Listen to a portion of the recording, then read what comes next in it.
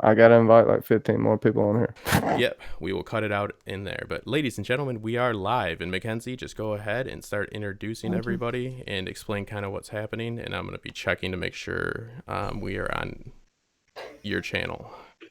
Yeah. So if you are here, hey everyone, and welcome back to Episode Club. We have a little bit of technical difficulties as always. We've never had this before, but today, for the very last one for the actual episode, we just want to have technical difficulties. And John St. Baptiste, introduce yourself, because you're unable to talk right now. So, how you doing? I'm doing well, thank you for asking. I had a really good episode of Believe tonight. We did the first half of Murder Mysteries by Neil Gaiman. We're doing the second half next Wednesday, so I'm stoked. Because I didn't realize how long of a short story it was when we set this up.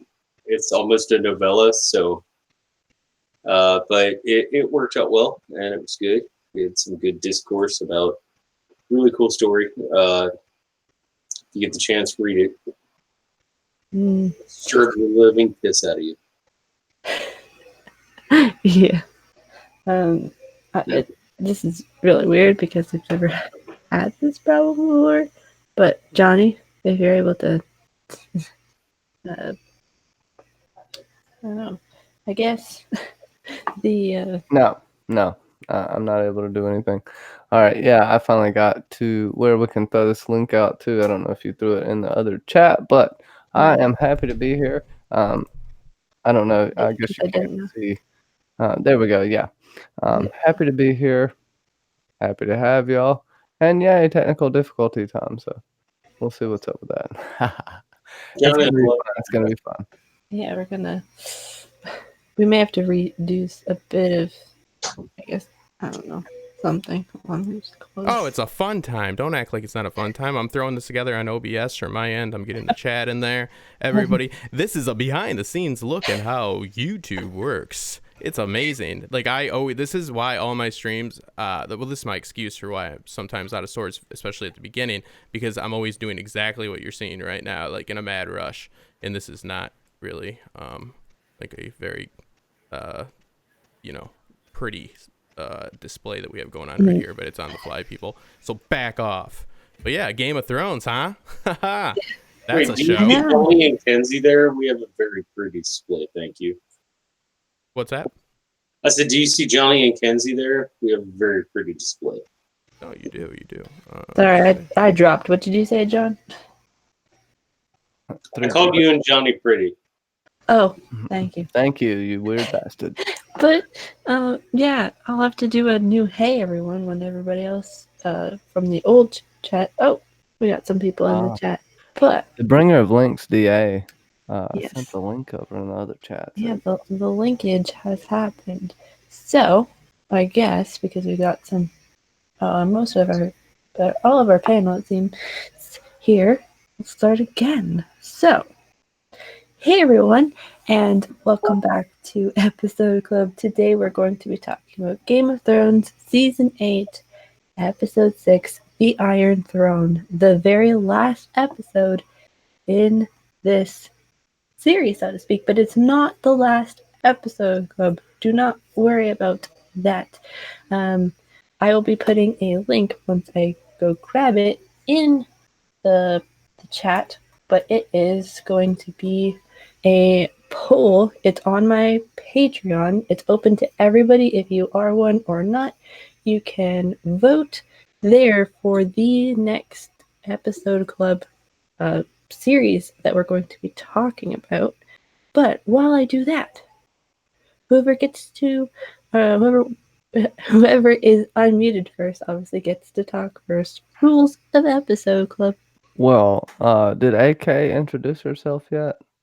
Or is she available there?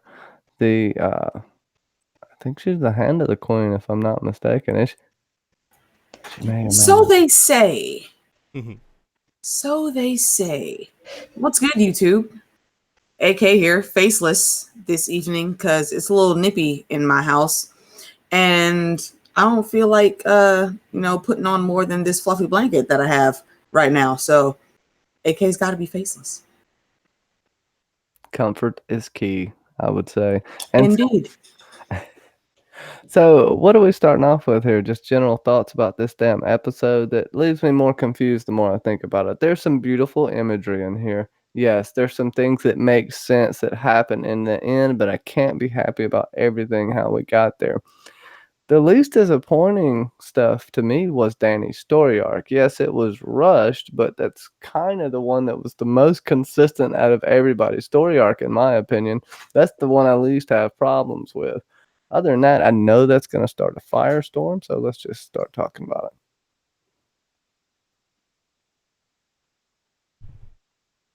Or not, whatever.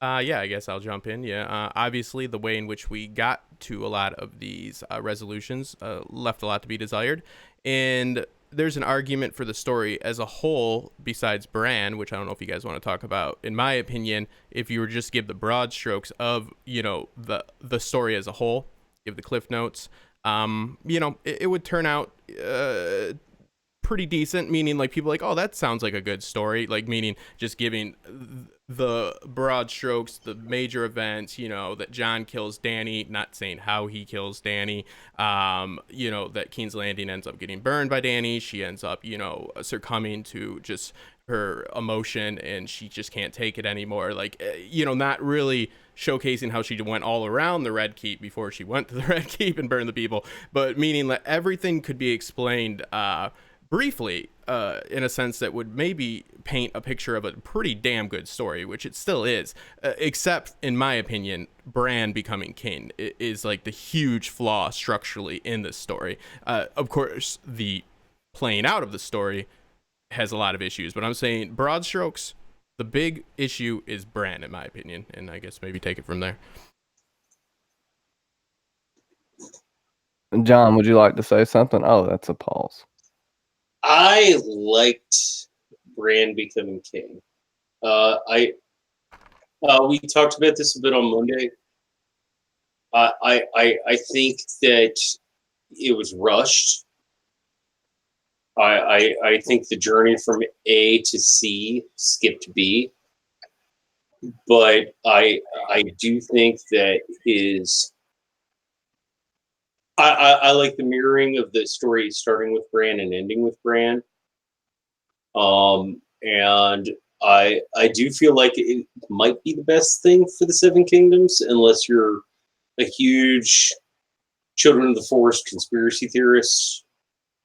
And even then, I mean, it was their land before anybody else's, so maybe everybody else ought to bugger off. I think Bran could have stopped some bad things from happening, and there's an underlying evil possibly here, but it's hard to speculate given the ending. But Bran's motivations have to be questioned. If I'm going to throw out a quote, W.H. Auden, do I disturb the universe? A minute leaves time for decisions and revisions that a minute will reverse. Well, I know what's going to happen, but if he changes it, it might not happen. It might. Time travel paradox. My rebuttal to that is I like it, and I like it thematically, and I think that's what you're speaking to. It fits, and it's probably the best thing for the people of Westeros. But this is the Game of Thrones, about jostling for power. So this is essentially a Deus Ex Machina situation, because Bran...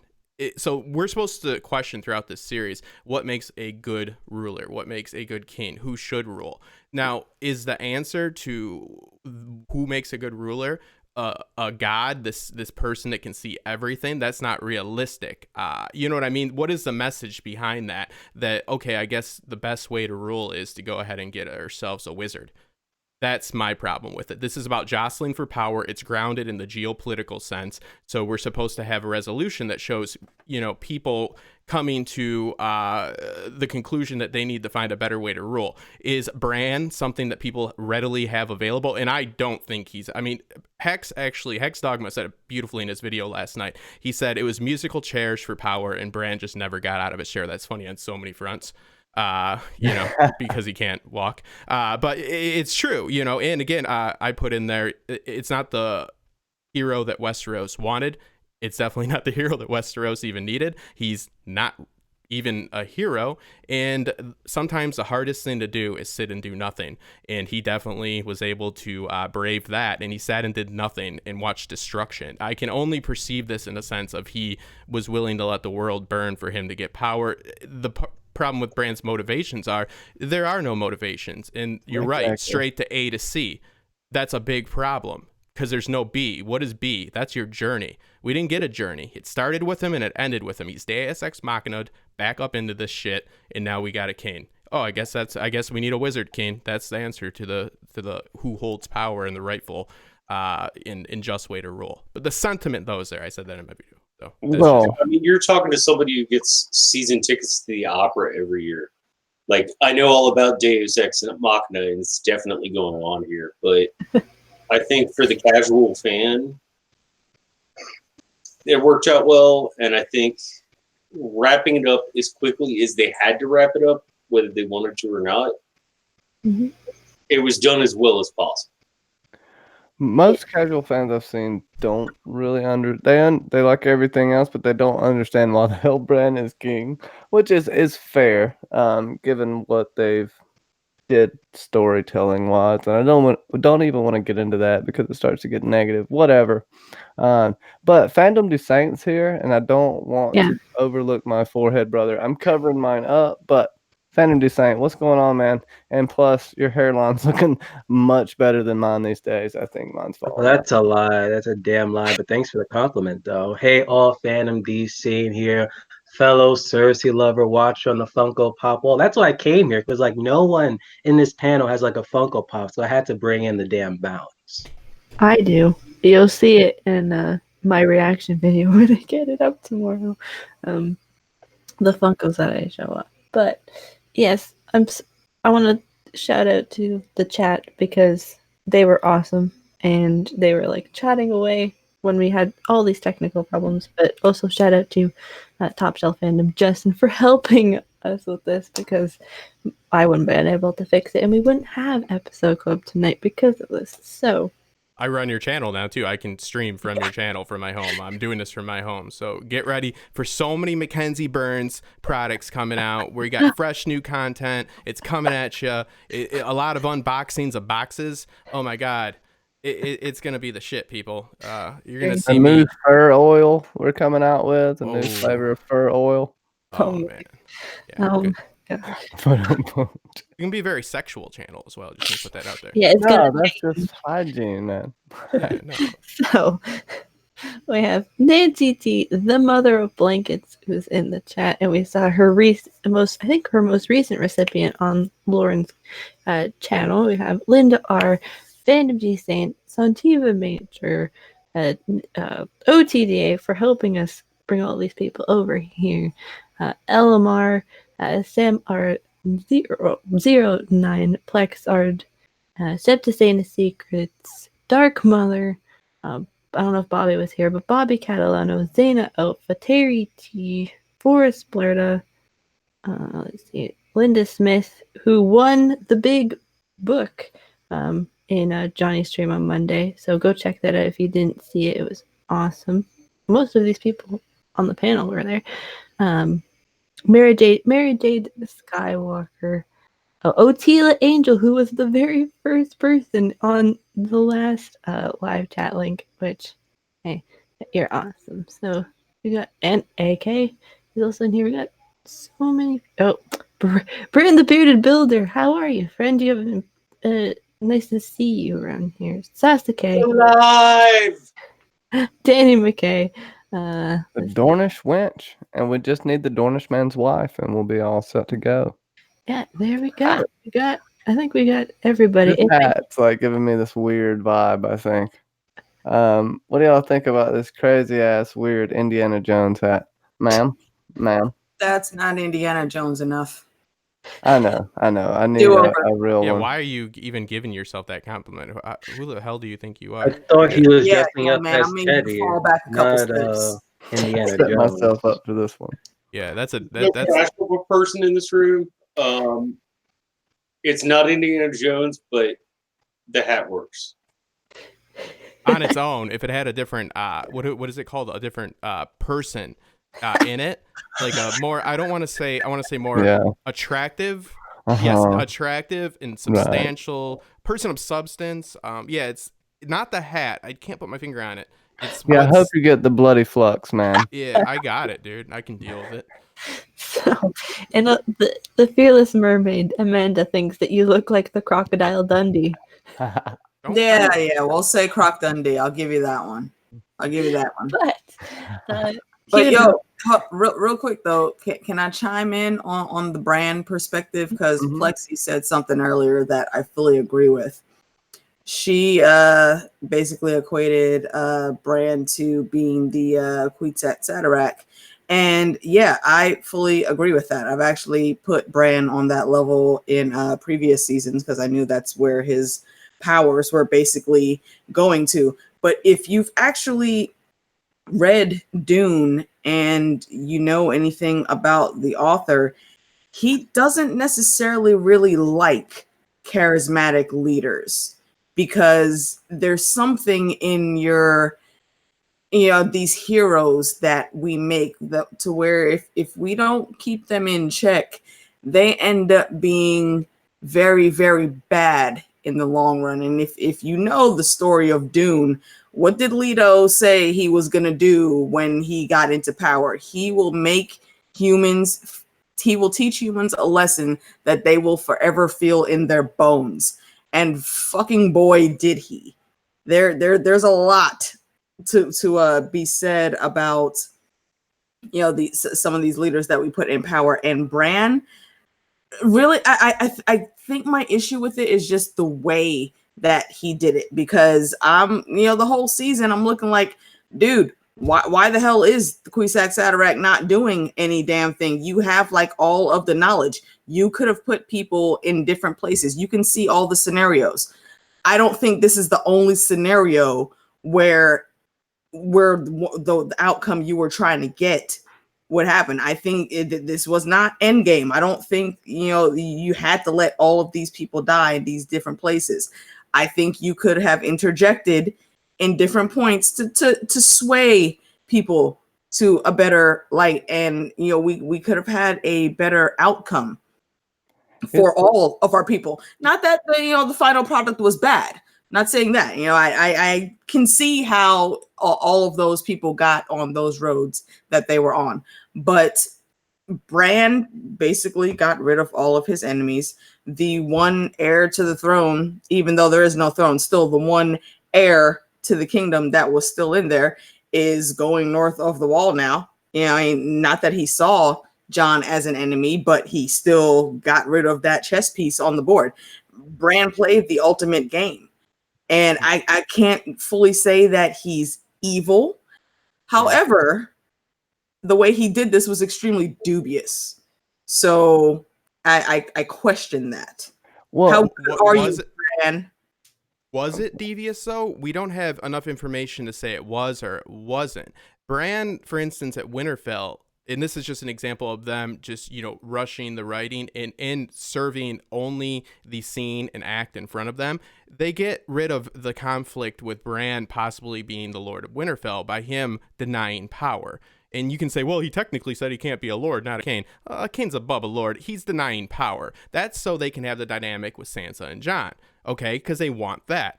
But then they want their cake, too. So then his whole motivation is, why do you think I came all the way here? Now you want power, but you didn't want it there? See, it's just that's what I'm saying. That's what I'm saying. The way they got there was not cool. And I think that they could have given him a better path. AK, what do you think the people of Westeros would think about Bran? Especially with, even, I know it's the books, but with Bloodraven's reputation and stuff? Because, they're going to an abomination of war. If they knew everything, then they definitely would not want Bran anywhere near the throne. They wouldn't want him anywhere near any line of nobility. Like if he's supposedly the three-eyed raven and he can't be lord and all this other good stuff, they're gonna be like, okay, good. You take your Master of Whispers ass on the fuck over there, and don't bother us, because they definitely remember Bloodraven, and they remember all of the things that he did. And Bloodraven, I will say he definitely always was trying to look out for his family, but boy, was he a bloodthirsty cunt doing it. And I just want to touch on one thing, 'cause that's perfect what you said. Now, think about how Tyrion's selling him. The story is what's going to sell him. What's a better story? And that's a beautiful sentiment, the power of story within story. I love that. But what AK just said is perfect, because the story that Tyrion, first off, it's been throughout the scenes in my video of the seasons. You've seen how horrible it is when he tries to explain who he is. But what AK just said is speaks truth. They would be horrified. So telling the story that would horrify everybody is what would make him the acceptable king. It is in complete contradiction. It is terrible on all fronts. Mm-hmm. Yep, that's what I'm saying. He will teach them a lesson. He will forever feel in their bones. They didn't learn from Bloodraven, apparently, or at least Tyrion didn't, for how well read he's supposed to be. And now we're just about to start this shit over again. I've always thought this world moves in circles, and now the board is just reset. It's going to get to another 1,000 years. Everybody's going to forget again. And the Night's Watch is going to be telling people, look, we need fucking help. Some shit's going down, and no one's going to listen. And, out of a shy, because a shy is still there, people, some random dragon eggs are going to fucking come up, and someone with Valyrian blood is going to start this shit all over again. And then we'll be back to the fucking long night. This isn't the first long night. This isn't the last long night. Just saying. Yeah, and they didn't buy that. Now they're supposed to convince him of the three-eyed crow. You know what I mean? It's craziness. Yeah. But, yeah, we got a lot of... with Bran, but we can come back to Bran and or we can kind of talk about the whole thing with Bran. The one thing that just makes Bran kind of like an not out of left field kind of thing, but it's just the fact that they had all of these different options of all of these different people. And yes, of course, Edmure was not going to be the option, but they had so many different people that I guess it was just the most out of left field was to pick Bran. And most people say now that with Bran being the king means that the Night King is technically the king, but I think also too the easiest way was to give Bran kingship, so that then Sansa could just easily ask, brother, will you let the North be independent, instead of trying to ask somebody else and have that cycle go over again of Sansa being I want to be independent, and then being no, I want to be independent, no. I honestly think whoever was in charge, the North would have gotten their independence in the end, because the North did more than any fucking buddy. So that they would have been able, Sansa would have been able to spin that to get independence no matter what. Yeah, I just want to touch on something in the chat too. I am a huge advocate for saying, never inject what is only in the books into the show. And I did, preface that my argument saying that I know that it's not in there is just to throw it into this chat. But the problem is, they don't know about Bloodraven in the show, but you still cannot justify that the people would be able to buy Bran as their leader. And with all the foreshadowing and all of his dialogue about how he can't be Lord, not just of Winterfell, of anything. And these are people that didn't buy that the White Walkers are coming as the wall's crashing down. They're supposed to buy some bullshit story about some wizard in a tree. It's not even that. If they know he's a warg, they'll freak the hell out. Wargs are considered abominations, even north of the wall. Exactly. Even north of the wall, they're scared of wargs and skin changers. And that's basically where they send all of them to get their training. It's crazy. His sister didn't side with him either. She refused to bend the knee, so that's not a glowing, endorsement. This doesn't work, people. It's Game of Thrones. They're so worried that they're going to find out about Joffrey's true parentage. Okay, that's a huge, huge arc right there. What? So now the tree wizard's the king? Come on. Which is another reason why I didn't understand why they still let Cersei stay in power. People of King's Landing got on my nerves out of all the small folk. Not that they deserve to be burned and die. No, but they were some fucking idiots throughout this whole damn thing. Yeah, the people's opinion stopped mattering when they needed to get that unearned suspension of disbelief for Dany and Cersei and all that, and then at the very end they're thrown to the wind too. And yeah, hypothetically this would be a beautiful, this is Tyrion's book, like how he says a sword needs a whetstone, like a brain needs like whatever, like books and meaning information. So that works thematically, this works, but again, within the story, within the world they've created, all logic, show only, saying show only still is completely out of left field and does not work. Agreed. They needed a storming the dragon pit moment, some kind of religious fervor within the city wall, something I think to make it a little more realistic with the small folk, because you felt it when Dany did it, but it didn't have as much impact as you think it did, because you only had the little the mother and the child. That's who you were trying to empathize with during that episode, the one that Arya ran into afterwards. So, right, I mean, especially with knowing that Cersei really shouldn't be up there. All of the crimes that she's committed. I mean, these people were literally throwing shit at her a few months ago because she committed incest and all this other nonsense. She had no right to the damn throne. If King's Landing, small folk would have rose up again, Cersei wouldn't have had a chance. But they didn't do that. I don't know. I want to speak briefly to David H. again. He mentions that we're seeing the story as gospel truth. You have to remember it's being narrated and stories being told for purpose. I'm sorry, but incorrect. That is not the way that this story has been given to us. That is not the way in which this narrative is conveyed. This is throughout perspective from various characters. This is not an omniscient narrator giving us a overall, telling of this story. This is POV, perspective from within. These are events as the characters see them. This isn't The Hobbit. This isn't the books behind me. This you can't pose it as that. I'm saying there are certain things that are simply incorrect. And no, this is not a maester's point of view of what's happening. We have no indication or any implication that is what we're seeing. That's not the way this narrative is formatted or structured. John, Fandom Descent. Y'all got anything to add to that? Okay, if I may, the dragon pit, that scene. Let's think of the people who were standing there. Let's think of your options. Big Worm? No. Crazy obsessed motherfucker? Excuse my language. Sorry, Mackenzie. Main option, Sansa's number one. I'm just going to go ahead and say it. Sansa would have been like this.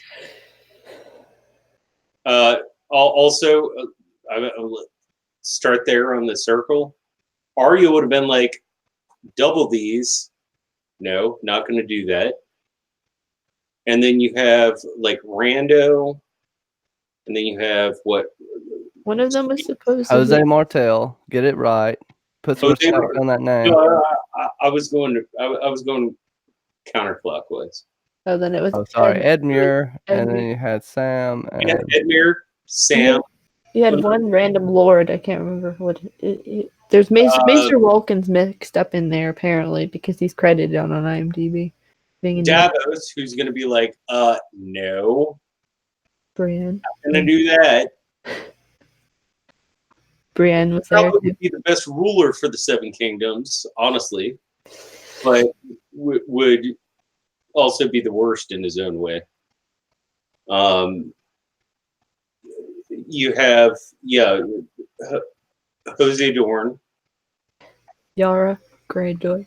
Yara Greyjoy. Martel, get it right. We made this a month ago. It's Jose Martel.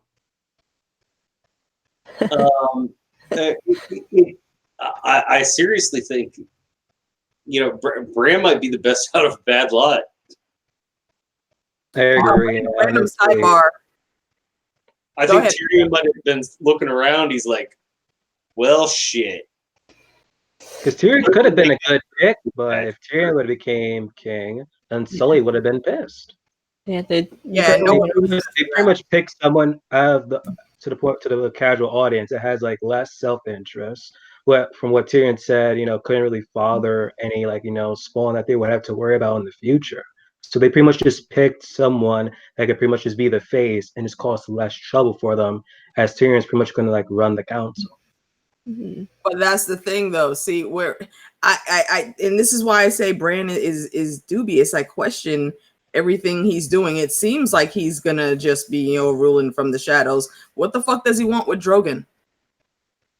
It's a freaking dragon. He should be worried about where the hell he is.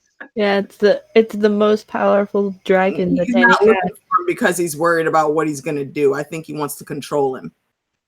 Wouldn't you Worried about- That's another spin-off. thing where the show has Because not of even, spin-off. told Yeah. us yet. It's like, could he even work into freaking Drogon?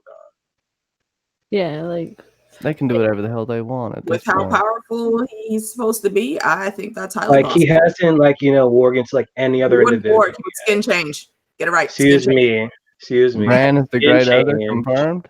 yeah. Like, I don't know. Like, what's the extent of his abilities? I think the biggest animal that he warged into was Summer and Greywind, but then there was Hodor, or as of the show. So it is hard to say. Human is more complicated than a dragon, and you can argue that Hodor and a dragon would be close to the same. It would take close to the same skill level, since Hodor, by Bran's fault, is a simpleton. But at this point, I think it would even be easy for Bran.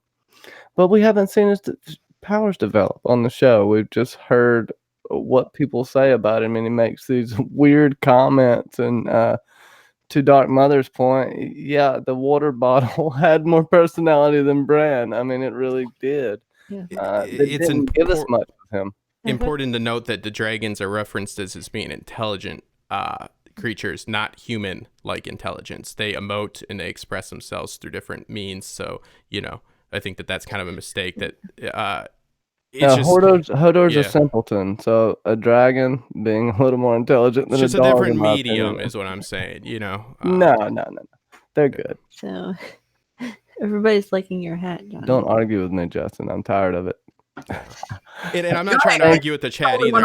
I think those are valid points, and I think that there are some misconceptions in the way in which the story is delivered, and there are some things structurally that are just clearly one way, and you have to accept that. You can't make this story better by workshopping stuff around, especially like the way in which the narrative is delivered, because those things, they're not subjective. That's not an opinion. That's just what it is.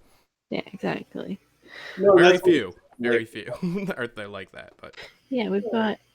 I workshop this finale. It's a complete different episode than actually what comes on the screen. I've made it awesome in my head, and I'm gonna keep with that. So we got some new people in the chat who joined us. Fake Aria is here. Tamara Magdalene. Let's see. Some people. Katrina Torres. A whole bunch. It's like, thank you everybody for showing up today. And yeah, episode club looks a little different thanks to help from Justin. But yes, the Fake Aria. It's a packed panel. Yes, we wanted to celebrate the last official episode of Game of Thrones, but we're going to be doing another stream, which we'll talk about at the end. But yeah, speaking of the dragons, I guess we can kind of talk about Jon and his whole dilemma with Daenerys, because we kind of started off talking about Bran. So we see Jon walking through the streets of King's Landing in the beginning, and they're like, he's saying to Grey Worm, is like, why are you rounding up all of these men? Like, was that sort of like, I get why they did that, but it makes like no sense to have Grey Worm be like this like bloodlusting type of individual. I guess because he got it from Dany and all of that, but then he just kills them anyway. So it's like, is there any survivors? Like in the beginning, they like showed just maybe one survivor. So it's like the population of King's Landing is just Dany's army, and then that's about it. Which goes into her whole speech of and becoming a literal dragon. Did you guys like that speech? Did you think that I didn't know there was slightly Valyrian names for Lannisport, cars in Winterfell unless they put like Yeah, what's up with that? She should have been like a Lannisport, like in a weird accent, right? She should have said all that in the Westerosi tongue. That is a good point. And I don't know. I missed it now. There was a comment that's hilarious, and I damn missed it. Sorry. Oh yeah, no. Sasuke says, by the way, this one has 0 butts, so she gives the episode a 1 star. we should be doing the butt stream not next week. We should do it the week after, which is the first week of June. We should do it. What is this talk Oh, of yeah. butts? I just want to say real quick to Mara Magdalene, John said, "You're my queen, but ... for the watch stab." Haha. Pretty good. Yeah. AK the butt stream. You were on episode club before it happened, but when we did the season 1 wrap up, the first question was who had the best butt of season 1. So go check out that stream if you haven't. It was my 200 sub stream as well, which was interesting. But yeah, the first question was who has the best butts, and then that was a thing that we went Septim through. Ordain, hands down. So yeah, I'm gonna go with Yara. yeah. So it's like who has the best butt. So yeah, we'll be going over that. Let's do the top 10 or the top 5 male and top 5 female. Yeah, and yeah, we're gonna. Justin, was it you that told me you like sexy jawline guy? I'm reading about. Sorry, I'm in the chat here. Just I know. I busted you out on that one. Yeah. There are no true unreliable narrators in this story. We know the biases and we know the allegiances and the different emotions that affect our character's perception, but we're not deliberately deceived by anybody specifically. These characters all have their own perspective, but this perspective is just through their eyes. It's not deceiving us as an audience. We understand that Cersei sees things the way she sees them. Those events aren't different. They're just, we understand they're being seen through eyes of somebody that perceive them. The reaction to them is different than maybe somebody else's. That's not a true unreliable narrator. Sorry. I love these debates. I'm just saying. I'm not, Only full narrator that I trust is Old Nan. Mm-hmm. Yeah. Yeah, like when Danny's like talking to the Unsullied, did the Unsullied and the Dothraki, they just seemingly just have a certain amount and then just keep giving Danny the same amount? Like none of them were actually killed or like injured. They all just have like this just standard. Like a lot. They respawned. But I got a better thing to throw at y'all really quick. This is gonna be insane. Do you think John should have died after killing Danny? I kind of think he should have. I was disagreeing with John dying twice, but I think they missed a small opportunity there. Even though I am happy with where John went, but I feel like the thing they did with Drogon was cool, but weird the more I think about it. But see, this is why I'm asking you, because this should be a nice, fun little topic. Go ahead. Could I throw this at you? No. I've been thinking a lot about, stories always start off, the first 10% is usually where your characters are, where they're currently at. And then you have 15% of the story is when your characters go into a new world, a new situation. That's Jon with the wildlings, right? With Ygritte. And then they come back and they have to straddle the line and they have to make a decision. So we see this because this is a saga and this has a lot of different story arcs, and it's not a simple 3-act. It's not, conventional in that sense. But my question is, where Jon wants to get back to, where is that? I kind of think it is beautiful because going beyond the wall, I think that's where Jon, because we have multiple instances. We have his Dany relationship that at one point was, enjoyable, and so forth. We have him, as King of the North. We have him as Lord Commander. I think him at his happiest was with Ygritte. So, like, I see that as him. Like, in a conventional story, you would have a guy that was a king and he decided to live amongst the common folk. He was called back to be king and have to, his duty and responsibility calls him. that crushes his love. In the end, he decides to go back and live a simple life with the one With he his loves. true love. Yeah, so that's, what Foreman I'm the getting redhead. at. But it's up for an interpretation about if that's John's true desire, right? So I thought it was a good ending, though. Yeah, for John, I do agree it was a good ending, but I also agree with what Tony Teflon was saying. Like, you showed Grey Worm killing the enemies of the Queen, as that's what happens in war, and you don't show the two people that are responsible for that Queen dying get killed. It's a kerfuffle that I really don't agree with. Oh, I mean, hate how we got there, I too. like where John went, but I do see that he should have also died in that situation. John has AMC's The Walking Dead's plot armor. He's not going to die. That plot armor is strong. Tamara The Magdalene, really other quick. thing is that we don't even know, like, does Grey Worm even know that Tyrion motivated John to kill Dany? Like, it just been on just just John's point. I think Grey Worm would have gotten to that conclusion once he sat and thought about it. I mean, Tyrion was already their prisoner by that point, so why not? And Tamara Magdalene wanted Tyrion to push Daenerys down the stairs and see her roll in slow motion.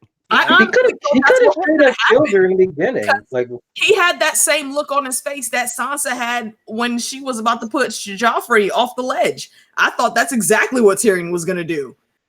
I mean, don't we all agree that we probably just have to, like, get to the point where we all know that this all happened in a very, very, very, very undesirable way? And kind of, like, maybe try to embrace, like, what happened, and if we like it, because, I mean, you guys are so right. I mean, first off, why is Grey Worm running Westeros? The guy that has no investment there isn't even planning on staying. They even make sure, in typical D&D style, to shine a light on their glaring hole, in sense it's like, we got a shit ton of northern soldiers out there. I'm like, yeah, bring them in. They got John. You know what I mean? Why is this guy, who's now a fucking sociopath, like, running things? But then again, Tyrion anointed a king in handcuffs. So yeah, it's craziness. It makes no sense whatsoever. But it's gross. What? I think you just brought it up. They have Jon and they have Tyrion. That's why the Northmen who are surrounding the city aren't invading. Yeah, no, The only that's a valid point. Gets his hand back, because all she has to do is go. Yeah, valid point. Yeah, why did John just go and admit? Yeah, he did. You know he did. Yeah, he told on himself. Yeah, Jesus. Sir, John didn't really tell a lie. Would it kill you to tell a lie? No, because then I words killed don't mean him. anything. Dude is a terrible liar. Even when he was pretending to be part of the wildlings, they knew deep down that this dude was just pretending. Look, like, for what could have happened, what John actually should have done was when he had that talk with Arya, and Arya basically said, if you don't handle this, I will. He could have stopped right there and sent the fucking faceless ninja in and shanked Dany. Arya would have got away. We know that. John could have just been already halfway down the damn King's Road, and no one would have suspected a fucking thing. But John might have burned up because every he's fucking damn John, he has to be honorable about shit. Credit to John, though. In the here, though. No, valid point. Touche. Yeah, I totally agree with that. That makes perfect sense. That is a little less horrible for me now that you've shined a light on that. That does add up. But what about the fact of, is this a way in which we believe John would kill Dany? I do believe John was going to kill Dany. This is not how John would have an execution go down. This is not John. She needed to die. They could not have found a more just fair off way to kill her than they did with John. He to quickly say something to AK's point, I think John did it instead of just sending Arya, because he probably, like, deep down thinks that he's, like, the cause of this. Like, he thinks that he could have just done something, that could have prevented the burning of King's Landing. So he personally just killed her instead of just sending Arya to do it. Yeah. Quell the rebellion with a sword of Again, sword. it's still that damn honor that gets in the way. The man who passes the sentence. That's that is what I'm getting at. You have great foreshadowing and mirroring of the first episode with Ned's execution of a mad man. John Even when he kills kids, he does it in a pretty classy way.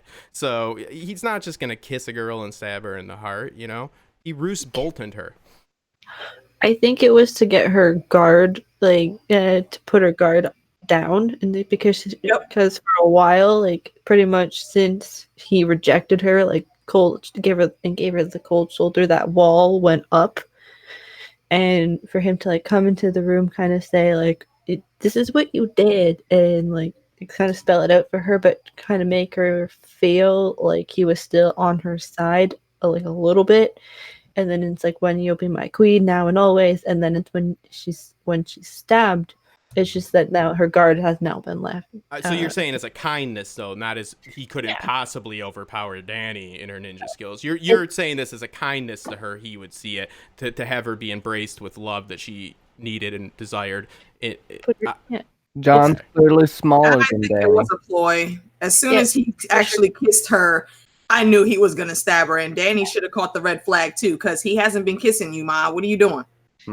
I've fallen for it a million times, so it's happened to me a million times. Crazy eyes. Was it overboard?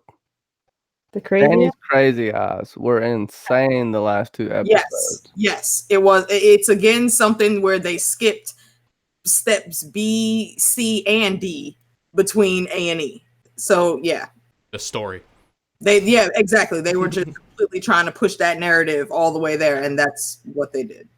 I do have to say, Amelia Clark pulled off the crazy really well.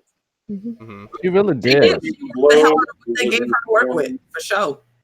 I didn't understand why I didn't become more attracted to her, because I am always more attracted to crazier people, and she did become less attractive to me when she got crazy, which I'm going to see. Because you're mine, Justin. Justin, baby, yes. Don't stick your dick in crazy, baby. Don't do that. I know. Come on now. Come on. There's what I want and there's what I need. All right, my wants and needs are always in conflict, just like all great story. I want to live a good life, but I need some of that crazy. I need that Katy Perry. If you can see the whites around somebody's eyes completely, sign up crazy. Take a look. Yeah, I mean, everyone's making the point that Danny just needed some love at that point. And I would say that I thought that was John's. For just a second, because John has been so stupid. Like, have you learned anything from your death? No, not exactly. But he's going to pull this whole thing. You're my queen, and he just gets all crazy with it. And I knew it was coming, like you said, AK. But I felt, like you said, Justin, it was kind of out of character for John, and then it was. Danny was just so I thought she was going to be far more paranoid. She should have been.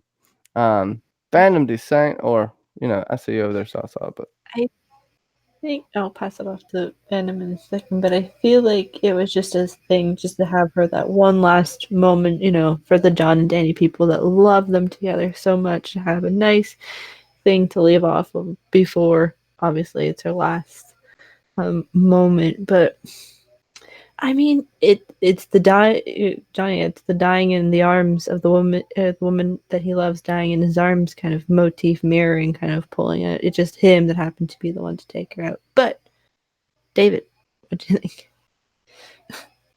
I already said my 2 cents. Oh, you did. I wonder. I don't know why Johnny gave me the mic, man. There's a whole bunch of stuff I was skipped over, but I mainly agreed. So I was like, what's the point of me just repeating the same thing? Okay.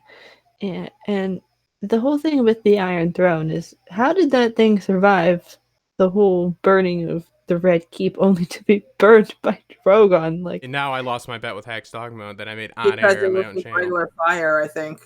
Dragon fire is a lot hotter. Oh, but Dragonfire kind of burned down parts of the Red Keep in the last episode. Let me say this. I don't want to get all conspiracy theorists on you, but listen. Just like jet fuel doesn't burn through steel framing, you know what I'm talking about. I'm thinking the Red Keep was an inside job. Dragonfire doesn't. They pulled the keep. It doesn't fall like that. I'm telling you guys, inside job conspiracy, right here. Should have burned a lot quicker, honestly. Seeing what happened earlier with Dragonfire. Yeah. If anybody's interested, the Vegas odds for who finally held the throne. Bran actually had the best odds. Yeah, I noticed that.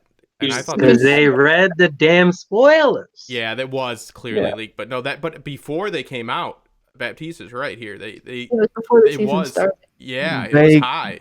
they Yeah, pay that is someone Same big bucks people on who the are on the inside to damn give them that set, like information. they know. Yeah, Vegas paid like as an exec at HBO. Be like, hey, I'll give you Money this option, talks. this option. Which, by the way, if you're ever in Vegas, you can bet on anything. It's awesome. Also, Mhm. lovely ladies. I love I it. hate reality TV shows, but you can bet on Big Brother.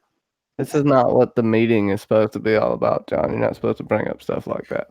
Okay. No, literally. Yeah, you can do Bring us anything. back, Sasa. Bring us back. We are on so many I'm tangents. just saying Brand had the best odds. Anyways, Arya Anyway. Stark, Wait. from season 5, Sasa, what do you think about not season 5, I was gonna episode 5? mention What do you something think about about her? Danny and her What? counting. How she thought that 20 was such a significant number to keep Oh, I guess mentioning. you can get into that. But it's like I wanted to count to 20, but it's like 1,000 swords. It's like that's not 1,000 swords. It's like I guess they have to bring up like that so that it's not actually 1,000 swords. And Was it 219 or something like that? I can't remember. something like that. And then there's the one from the Lord of the Rings in there too. But with the whole thing of her touching, like I guess that's supposed that she fulfilled the House of the Undying, but video thing about it in the end. Yeah, Arya, like I'm surprised that Arya was able to kind of be like, going from there, from season 5 to this point. I mean, it kind of makes sense, but it doesn't at the same time. Like she got all of this training in season 5 into season 6, and then it just kind of just went by the wayside. Kill the Freys, and then kill Peeta Baelish, and then have like nothing. Like sure, kill the Night King by a sneak attack where you jump from literally nowhere. They've admitted that she just comes out of nowhere and Hey, I'm cool with that. Just not the other stuff. No, I don't know. I'm cool with her coming out of nowhere. That's her mean, training. She's I supposed will. to be going under the crotches of the White Walkers without them knowing. She's maybe they should have. I mean, they should have used her skills at least one more time before it was over. You've been with me through this. You know how much I just shit on Arya all the time. I gonna play devil's advocate here. I think it's actually one of the better done arcs here. Arya, she did use her skills when it was appropriate to assassinate the Night King, and then you have again the straddling of the values and where they want to be in life, where they're gonna be going as life moves on, blah blah blah, as things go forward, blah blah. I'll think better words later. The thing is, she chose not to use that skill set, which isn't again a theme of the story is not kill your way to victory. Blood feuds are bad. That's why history repeats itself. Okay. But I will agree with you on the sense of the convoluted way in which she decides not to. It's almost like, oh, it's just too dangerous and she's gonna die anyways. It should have been more of a personal decision and moment for her to deny that. Like she needed to come to that place in her life when she realized this is not the way to continue doing things. Not probably best depicted in the sense of, oh shit, she's probably just going to get buried to death anyway, so I guess I can just go home. Also, they needed her there so people would care about the civilians on the streets. But yeah, I mean, Arya's arc actually turned out a lot better than I thought. I'm a lot happier with what happened with her than I thought. And she evoked a lot of emotion for me, surprisingly. But again, I'm not sound of mind. I liked Arya creeping under the archways, and then she's next to John. She's a ninja, that's what she does. She still has that skill set. Yeah. Yeah, she's just using that to kill. I like how Euron washed up next to Jaime so they could have a mini boss fight. That was cool. The Dane Bowl. No, but you know what I'm saying? Like she's still using her skill set. She's just not using it to be. Yeah. She hasn't lost it. She's just utilizing it for different reasons. Yeah, I like it. It's still there. It's still a part of her. Yeah, Because I noticed that on my second watch through. I was like, why is she like just creeping along the walls, watching all these Dothraki howl and so forth? Well, the wife is Arya now, and John is And- Arya. Like Arya took John's face. John's really dead, and the wife is going west of Westeros. So That's whatever. the stupidest fucking thing you've ever said. A wave is going. But no, I just thought it was really cool that, like, because a lot of people were like, well, why is she like following him and like shadowing him while he's walking? No, And yeah. that's the entire. Move movements down so she could wear his face. I'm telling you. He doesn't notice her. Nobody notices her. She's just like the Unsullied don't notice her. She's just all of a sudden she's like standing next to him, and he's like, "Where the fuck did you come from?"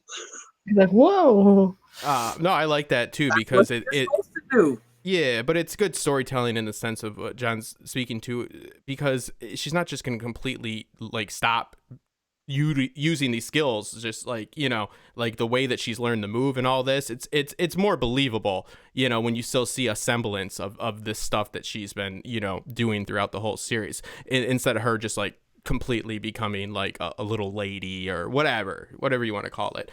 That'd be too harsh of a turn. I like it. That's a good catch. It's a nice little nuance, you know. She's just not using it for killing until she goes and does what Columbus did, which I'm pretty sure wasn't good. I gotta check.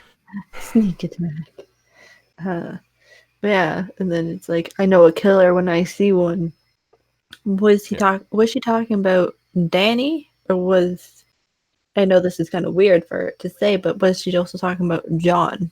Was it like, if you have to, like, almost insinuating, like, you're gonna have to kill her, like, being the first line of reaffirming of you have to kill her kind of thing. Like, I know you can do it. Yeah. Yeah, that's the better story, not the one they thought of. They were talking about Danny. I like your take, though. I think she was talking about Danny because that was like the only person she was pretty much focusing on the moment the chaos of King's Landing just ended. Yeah, Dan and Dave aren't too nuanced. You know what I mean? Too much. And then there was Drogon finally having a nap and being quiet for 5 minutes in the snow, and he just like let John go. It's like, if only he knew what was going to happen when he climbed all those steps. He probably wouldn't have done that same thing. Again, with Drogon, it's like kind of confusing why they kind of just like left him kind of like that, and then only after Danny died. I know we're kind of this is a backtracking kind of question, but it's like, I'm surprised that Drogon didn't think it was John that did it because of the sword, and that it was somehow Danny got stabbed by the Iron Throne, and then just like, I don't think he thought she got stabbed by the throne. I think he was just smart enough to assess that the only reason they're even there right now is because of that damn chair, and he was done with it. So I saw it was mom and probably fucked off back to old Valyria. And also too, to speak to like the not human intelligence, he kept nudging her to see if she was dead. That's what he's perceiving. And then, but there is a problem because of the, you know, like what AK just said, which I liked, you know, like it's like, yeah, he wants to just get rid of that thing. It's just releasing anger. You know, he's not the best detective. He's like, I guess this woman fell on that pointy chair. The guy with the knife's like, yeah, I guess that's what happened. He's like, gotta fly out of here. I'll burn that chair. See you guys later. You know, I will say my favorite meme that I've seen for that is there's three pictures. There's one where Drogon's looking at Danny and he sees the blade sticking out of her, and he's like, okay, that's pointy. Then he looks at the chair. It's like, that's pointy too. And then it closes in on Drogon's face. He's like, you son of a bitch! And then he burns the chair. Is there anything throughout the lore, Johnny or AK or anybody, where a dragon does kill one of its riders or a fellow, well, with the Dance of the Dragons, of course, but is there any instances of a mount or at least a green or a black that were on the same? Have any greens or blacks in the Dance of Dragons? Was there any instances where like a green dragon killed somebody who was part of the greens? Only when they were fed to them or in battle. Yeah, I don't think they had any like that at all. No, there was no independent. Only enemies. Gotcha. It should have been John. Should have been the rider of Drogon after that, or at least Drogon. Well, they don't always accept another mount. Yeah, they don't always take a new rider, and Drogon, I think, was just done with Westeros I mean, he lost both his brothers there. Now his mom's dead. He's out. Cold as fuck. He's like, this Right? sucks. Yeah. Dragons don't do fucking cold like that. He's like, I'm going They back to like it, but they're not gonna pick up their. this shit. Drogon said, "Fuck this shit, I'm out," and he left. Yeah, the accepting of another mount. I mean, because I've read Dance, you know, and all that, but I just know that accepting another mount is not common. It can happen, and I know that there's been tragedies of somebody forcing themselves on a dragon, which you should always make sure you Maegor get forced consent. himself on Balerion, but Arya didn't have the Get same luck. consent, or at least feed them mutton for about a month first. Yeah, like any decent human being. Oh, Balerion just, not Balerion, but Maegor just jumped on that son of a bitch. I think, what was it? It was Who's the Sheep kid Stealer. that jumps on Uh, after his mom dies? oh, it was Aemond One Eye. Oh, yeah. No, that wasn't Jumped Aemon. on Vagar, and then when he come back down, he got stabbed in the eye because he pushed, was it Jace That over? doesn't seem. No, he jumps on and he dies. It was after his mom died. He tried to Yep. jump on her dragon, and that dragon was like, "Fuck you, get the hell off my back," and he died. Yeah, that's what I'm thinking of. He's only like. From a Daemon stabbing him through his other eye. No, I was just saying Aemon flew Vagar when he was a kid. That's what started everything. That's how he lost his eye. They got in a fight in the street afterwards. Sir, I did not ask you about any eyes, sir. Look, you said of a kid riding a dragon. No, I'm that joking was- with you, dude. No, I just remember that the kid was 13. He jumped on after his mom died, and then that didn't end well. Yeah, and then he got thrown off. Yeah, there's a few other kids that have rode, but I can't think of them off the top of my head. Like Moon Dancer was rode by a kid, relatively young child. Yeah, I'm just trying to think of any, again, these are books, so it's not applicable to the show, but just for our sake of conversation, any instances where, people tried to force themselves to be the mount too soon and it didn't end well. And I think there's Arya got taken to Valyria by Balerion the Black Dread and come back with some kind of parasite or fireworms in her blood that burst out of her eyeballs, and her nether lips were smoking. It's a crazy chapter in Fire He and sounds Blood. attractive. There was a meme, I think, that I saw, and it was of Dario, and it's like, I wonder how Danny's war is going. And it's like, Dario's sitting pretty. He ain't worried about fucking Danny no more. but he said that there would be no one after Daenerys Targaryen, which would be kind of interesting. That it was like, we should have seen where Drogon had taken Daenerys, but at the same time, it's just like, that's leaving it open-ended for us to pick wherever we want. I think Phantom there's Design, are you two drunk places again? taking her. I'm Either sorry, Ashai or Valyria. That's it. Yeah, I mean, it's better left up to the imagination, you know what I mean? Some things True. are better left not seen. The chat No, we is, need that damn joke from Tyrion. Get out of here. Yeah. I The think chat's missing you, Phantom Descent. They want you to talk. OTDS says something about you drinking alcohol, from what I hear. Fandom D Saint. Yeah, I heard about that. Comment about that. But anywho, We have on that Drogon Drogon you on camera. conversation. Subjects, that was happening? Yeah. No. I'm actually eating dinner. That's why. I didn't want to wait afterwards. I'm too hungry. Oh, you want to eat dinner and get your belly full so you can consume as much alcohol as you could possibly consume. I get it. You fucking No drunker. comment on that. But on that Drogon conversation, I think he just didn't kill Jon because I think he knew that he killed him. But since he knows that Jon loved her, I guess he just wanted him to live with the fact that he killed the woman he loved, then just die. And there's, even within the show, he is safe around the dragons because of his blood. So there is that wall, that the dragons, that line the dragons seem to draw. Of course, they probably, if Jon did it right in front of him, maybe it would have been different. But I think that blood might have saved him. I think and just a second ago, I thought about it. I almost equate that to what Maester Aemon said in the series earlier. Like a Targaryen alone in the world is a very sad thing. Maybe Drogon didn't want to be completely alone, and he knows Jon is a Targ. That's true. I mean, I think that that's the best piece of foreshadowing overall for Jon, especially, is Aemon. Yeah. Yeah. Another reason. So wait a Aemon's- minute, wouldn't freaking John die before Drogon? So inevitably he will be the last Targaryen. So I But- think that John is Aemon. I think that he's the embodiment. He's not as bright. I mean, I don't see John being a maester. No, he's nowhere near as clever. No. Well, someone I know on Monday, someone was equating John to Aegon the Unlikely, Aegon the Third, or something. to Can't egg. remember. Yeah, egg. Yeah, Uh, really, like in I don't know terms of about like being like like if the throne had existed. I see a connection with Egg and Aemon. Bran in a sense of Egg walked amongst the common people and Yeah. experienced life. And I mean, this is a stretch, and that's what made him a good king, even though it was unlikely to the people he'd become king because of his placement where he was in the lineage, succession and so forth. But also, he's walking amongst the regular people. Well, then there's also the ones that think he's like was like Jaehaerys as well.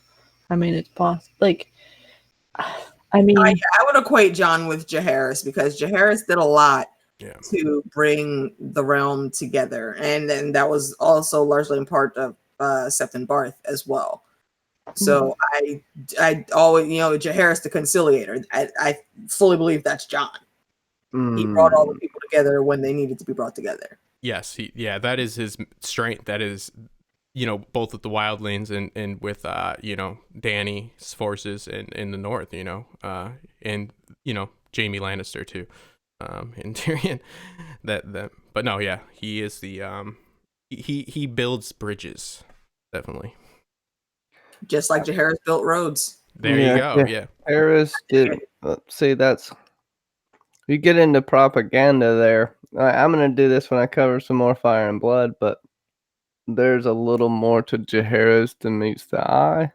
A lot of his story is definitely Jaehaerys and Elisane. prepped up a lot. Yeah, that is an example. He of had strong story. people behind him. Yeah. That was his greatest strength. And those are stories which have been given to us with questionable narrators, and obviously that is an example of a story that we have to take, kind of at face value for, meaning keep in mind who wrote it, when they wrote it, where they were in life, what benefited them. A lot of times things are written about kings by people that are patrons of that king. They're literally paid to write. It's just propaganda in a sense. So who, when, why. How? Right. Yeah. I'm gonna pay one of you guys to write a book about me. Just don't, make anything truthful in it. And how the hell was Tyrion left out of the final story, though? I think it's because to make a haha joke that because Tyrion has the most chapters in the actual Song of Ice and Fire series. Varys. And also to reference back to what Varys said. You about bastard! I was about to, yeah. Sorry. Justin, give me an offer and I'll make you sound great. There you go. You're hired, buddy. No, It's sorry. something. Go on, BBM. No, I'm sorry. One of those things, I think. Yeah, like the people know in King's Landing that he saved them at the Blackwater, but nobody will write about it. Nobody will give you credit. So one of those. Which is sad because that was totally a very shining moment for Tyrion. So the fact that it isn't in the story for whatever reason and he isn't going to be remembered for that is kind of suckish. But Jaime's going to be remembered for dying protecting his queen. Fuck that guy. Yeah, it's one of those things where it's like, he is the tragic hero. He is the one that does the right thing. He doesn't get the credit. It's the another commentary on the xenophobia and the just the societal constructs and the beliefs that they hold that are biased and racist and are not really too accommodating to those that are different. And so forth, that's the same reason why Bran wouldn't be their king. Is the same reason he's not mentioned in the book. Society doesn't accept them. Not saying that's right. It's the truth. That's our story is built around the idea of the great others. Yeah, from the very beginning. You're right. Not saying yay xenophobia, people. Trust me. Saying that's probably that's not their hero. Bran the Broken is their hero. Right, and why do they keep calling him Bran the Broken? I am very surprised that that was allowed. Yeah, it's Call offensive. him Bran the King, but Bran the Broken? Word? That just doesn't sound good. I said that to a guy at the grocery store yesterday in a wheelchair. I was like, "What's your name?" He's like, "Phil." I'm like, "Phil the Broken," and all these people started screaming at me. Yeah, nobody liked it at all. I was like, "It's a compliment, man. Lay off." Yeah, it didn't go over well. I guess there's Kenzie. Kenzie, where are we in the episode here? I think we're jumping around. Sorry, I'm just dealing with something behind this thing. But I guess you can talk about. I don't know. I think we haven't. The one things we haven't talked about is kind of like the end with John, Grey Worm kind of being like, well, John basically having Grey Worm decide what they have to do with John, essentially. Yeah. Yeah, I'm still surprised that Grey Worm didn't just outright kill him and then, fucked off back across the narrow sea. But I find it funny that they let that whole discussion go on, and Grey Worm actually thought that once he left, that John was actually still going to be in jail at the wall. That just didn't make sense to me, because as soon as that dude left, I was just looking for somebody to say, okay, go ahead and, go back to Winterfell or go do whatever it is you want to do. Yeah. Well, that's John being honorable. Yeah. Rules for Grey Worm. It's pretty much a safe bet, though, because even if he went beyond the wall, people would have been like, where the hell is John if they don't see him at the Night's Watch? They can easily just say, oh, he's just out there just ranging. So it's pretty much a safe way to do it.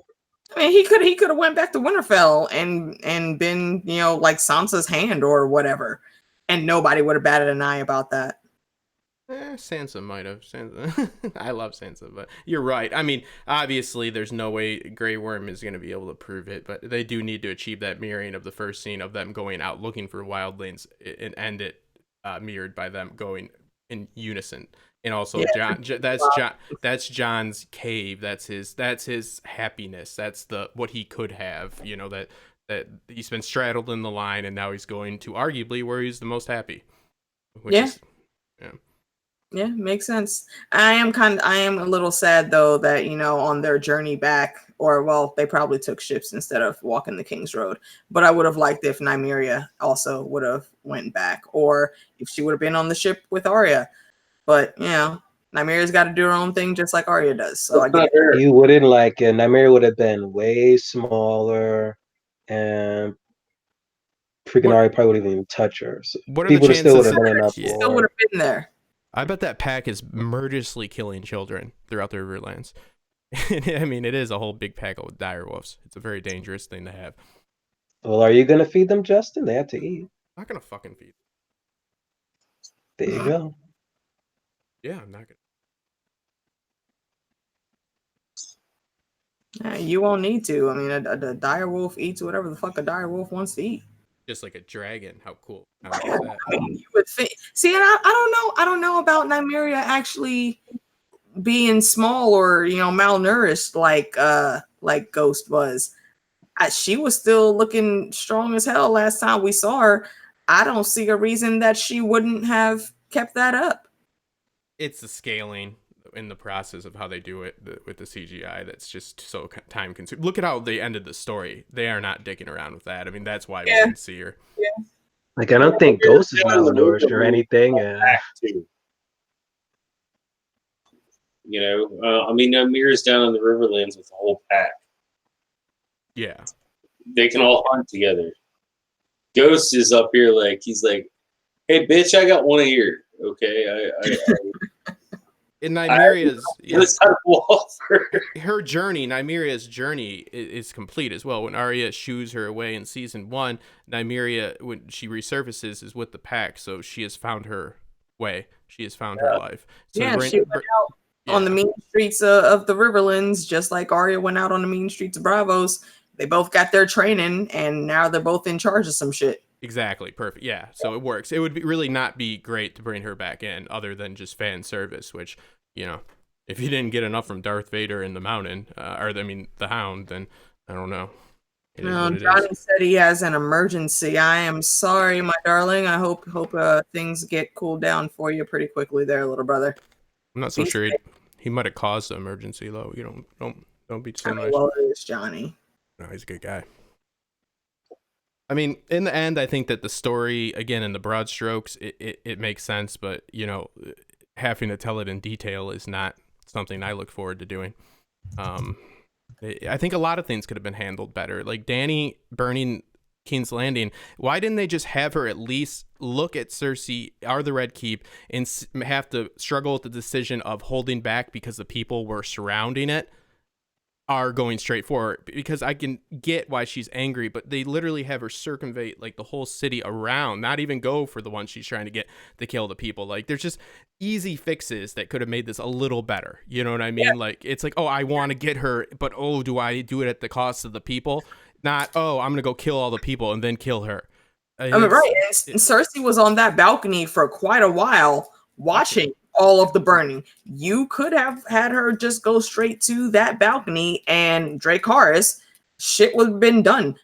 And people would have died because making the decision to sacrifice those people, but directly in the same scene as getting at Cersei, at least, you know, it is literally her going away from the person that she's the most mad at to kill people. It's, you know, it's not logical, and it's just a wasted opportunity. That's the conflict. Ooh, do I get my revenge now? I can't even wait. I want to get it. She is mad. She has a lot of reasons to be mad. She has lost her army protecting the north. She's done a lot of good deeds across the narrow sea that nobody know of, and she is, you know, she's not the hero on that side of the sea, and she has lost her army protecting the people who still don't support her. She has lost love. She's alone in this world. She sees the person that just killed the last person she had a connection with.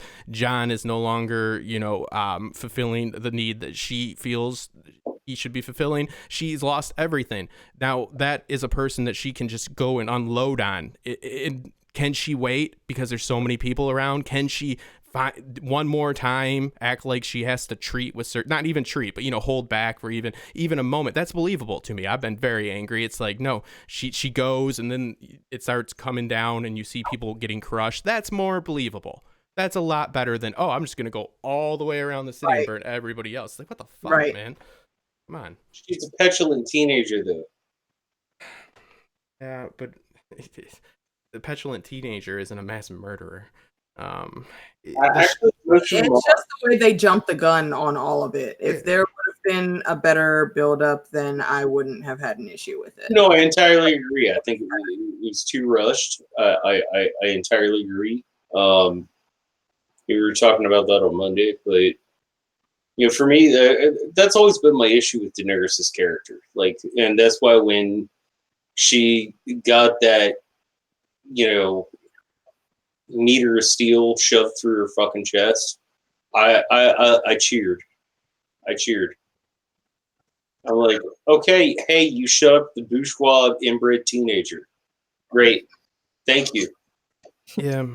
I mean, it's really a waste, though, because there's so many people that do have that emotional connection to Daenerys, and you know, you are touching on mental health, and a lot of people identified with her struggle, and it could have just been handled in a much more nuanced way that could have still they could have still done it rushed. I'm giving them an out that's still fucking rushed as hell. It's still the same episode. Actually, maybe even cut a few scenes out of that sequence to achieve what I'm talking about, and still convey it, but convey it in a way that people don't feel like, you know, they're showcasing somebody that has maybe like bipolar or whatever, dealing with emotional stuff that just becomes a murderer, you know? I mean, this is a parallel storyline. You should have just as much empathy for Dany as you should for Jon, in theory. That's what makes Thrones so much different than a lot of shows. Yeah, it's just a waste. It's a tragedy because they did so well throughout the whole time. It's just like at the very end, they just took a shit on it. You know, it's a lot of work for nothing. Well, no, I'm talking as a book reader too. Like, I've never had any empathy for either of them since. I'm not a huge Dany book fan because Essos in the books just, oh god. Until I started making videos, I went back and because I just really rushed through a lot of Dance with Dany, and I had to go back and actually read and analyze, and I didn't enjoy it. It's not. No one's a Dany fan, man. I don't even have a Dany Funko Pop. That's how you can tell that I just have no desire. There's like multiple Dany Funkos. Yeah, Yeah, but I'm just saying that you don't have to love her, but you have to understand why she's doing what she's doing. You have to have empathy for characters.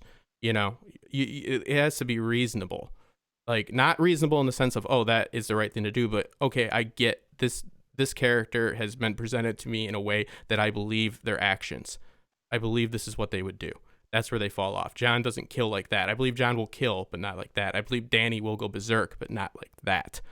I mean, I see where you're coming from, but on the same note, I don't think John's gonna pull out the whole, like, oh, hey, I am the Justice of the North. Like, put your head on a stone, and I'm gonna cut it off. Yeah, that's unreasonable. But there's better ways than shoving, it into her heart. I mean, I don't know. And again, that is where it comes down to, yeah, working within the time that they chose to take. You're right. It's very hard to do any other way. But again, they're offered multiple seasons in which that could have played out. Like, I kind of liked that John had to kill her in a manner that wasn't honorable. Found detestable. Yeah, there's a point to that. Yeah, it's just, do we believe he was at that point? I guess, there's definitely that argument. That's a good point. I don't like it still, but no, it's not completely egregious. I like that he had to do something he didn't want to, like the Arthur Dane with Ned, even though he didn't do it. Yeah, it's the point to that. I don't know if they earned it, but you're right. You just made that turd a little bit more polished. Yeah, exactly. I mean, there was no really any way to kind of leave this story with Daenerys alive. I mean, there could have been one way where it's like Jon obviously agrees that she goes supreme serial killer and like wants to take over the world, but then that's not Jon's character anyway. So it's like her not making it out alive is understandable. It's just a lot of people don't like it because of how she had to be killed for that purpose.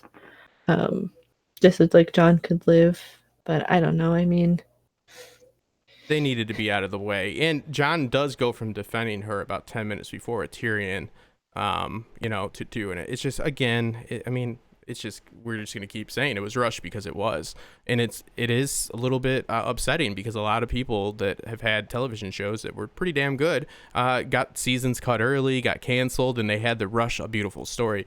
Dan and Dave were offered money. They were offered so much more time. I think as many seasons as they wanted. They were trying to, at one point, get them 10. They at least could have had another season, and they would have made money.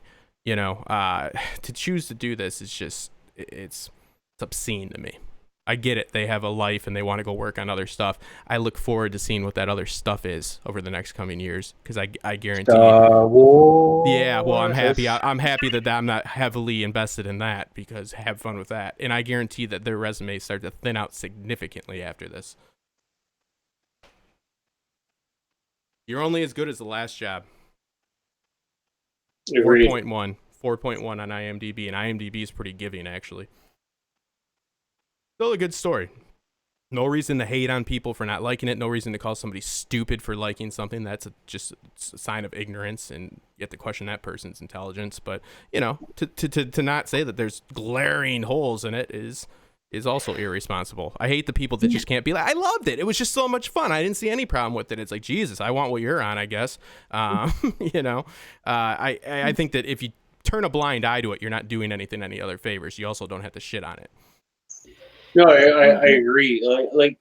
We're all civil adults sitting here in this room. When's the last time you called somebody stupid? I think I just did. No, but I don't. I mean, like, how old were you? I don't. Yeah, probably have said it recently. To truly question somebody's intelligence based off of the entertainment in which they enjoy, I have not done in some time, and I make a point not to do it. I don't need people to like what I like. Things like story structure and stuff like that, that you do have no leeway. Things are the way they are. There is the structure that's in place. I will argue with that, but I can't say, hey, you don't like this show that I like, or you didn't like the way it happened like I did, or didn't, blah, blah, blah. You must be an imbecile. No, that's not something I do. No, but I literally mean that term stupid. Like, when's the last time you said, oh, you're stupid? Like, what playground were you on? Well, I was at a playground yesterday. Which one? Well, a few. No, no, yeah, probably a long time. I probably found a better word. I mean, yeah, like it's. You can say that like a lot of people will say that this season went in a quote unquote stupid, as we're saying, direction, but it went in the way. It was basically bullet points that they had to show, like we talked about on Monday. It was bullet points that they had to hit, which made the chopping of the edit, like the choppy edits, very stupid, but not anything else. Was really bad about it. It just didn't feel like it was. How can we Stuff like that. technically achieve what we need to achieve? Not how can we achieve this in a way that is, going to be satisfying and it's going to be, beautiful. Not hyperbole. I think it's a beautiful story. And there's a lot of angles. Secondary characters have their own problems. That a lot of stories don't have stuff like that. It's simple stuff like that. So like you have to take your time with stuff because there's not too many characters in this series that actually only serve the purpose of like driving a protagonist one way or another, meaning like you have like straight men in some stories that are just there like to be in opposition, like even Cersei has her own like internal issues and problems that need to be concluded and resolved. So there's a lot to sweep up at the end of this. You can't just fucking burn the building down. Well, I guess you can.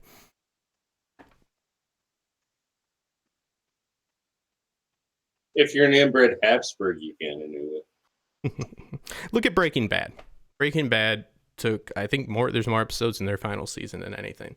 It's hard to end a story that people are so attached to. But I'd say it's fair to make. I don't know. Battlestar has a lot of episodes in this final season. Yeah, I've never watched it. I know that people are very passionate about it. And again, an ending of a story is something that is. A story isn't a story until you get a resolution, but the thing is, any story ending, whether it's an ending you enjoy or not, is something that is hard for us as the viewers, the consumers of this, to deal with. Of course we're adults, but it's not a glorious event. It's sad. These people have been a part of our lives, subconsciously, emotionally, chemically. Serotonin drops, dopamine. They've done studies. Where it's almost like people mourn. They elate it to the same amount of serotonin and dopamine drops that they see in people that are in mourning for literal family members. So it's it's quite a hardship to do something well, because you got to continue doing it well because you have now caught the attention of the masses. So now you need to seal the deal. That's quite sometimes success is costly. Yeah, series finale just inevitably just not going to be satisfying at all. Like from like how many things I've watched this season that had its like last or got canceled, like Gotham, like their finale was just rushed. It was good, but it left like so many questions to even like other shows like Dexter. Like that ending wasn't even good The worst in my at opinion. all. Like they should have just ended it like the moment where He is like dies. something happened to his wife, and then that's when they really should have just ended the show. Like there, bam. He's a But lumberjack now. Yay. They should have ended it with him on the deathbed. I thought the whole reason of him being in Miami is because they have the death penalty in Florida. It would be suiting for him to, Yeah, but I mean, yeah. I think Dexter and this finale are in the same boat. Dexter, a little bit worse. now I'm like worried for Supernatural. It's going on its 15th season. It's going to end, and I'm just like, I don't know how it's going to end. It's going to be satisfying. They had over like 300 episodes. Like, Especially in a saga. This is a story that we have witnessed within our even television adaptation, multiple generations, right? Of people. So we see people die and it continues to go on. So now people have died and people have moved on and we don't get to see what happens next. So it feels, even though it's very natural in our real lives, it feels unnatural, and it's whether or not we realize it or want to admit it, it's something that's a little bit traumatic, to our sensory. but without a resolution, then it's truly not a story, so gotta take the good with the bad. So no reason to shit all over it. I am a little bit surprised by a lot of the larger content creators that have stopped completely making content over it. I don't judge them for doing that. I think it's very telling of how much this has impacted people, especially content creators that bring in a large amount of ad rev have sacrificed it. And there's something to say for that, integrity too, they can't sit by and just kiss something's butt if they don't like it. That's fair. And I respect that. I think Jordan Schwartz made like a good point with another HBO show that ended, like True Blood, and the way how that ended, I was like, why did I bother to binge this whole series? Wasn't it like vampire hepatitis like a big part of that ending? Yeah, yeah. That's when the show was getting like, what the hell am I watching? Speaking of True Blood, though, I'ma just randomly shout out Lafayette because that dude was awesome. God bless him. Yeah. Our R.I.P. died, like 5 years ago? That's sad.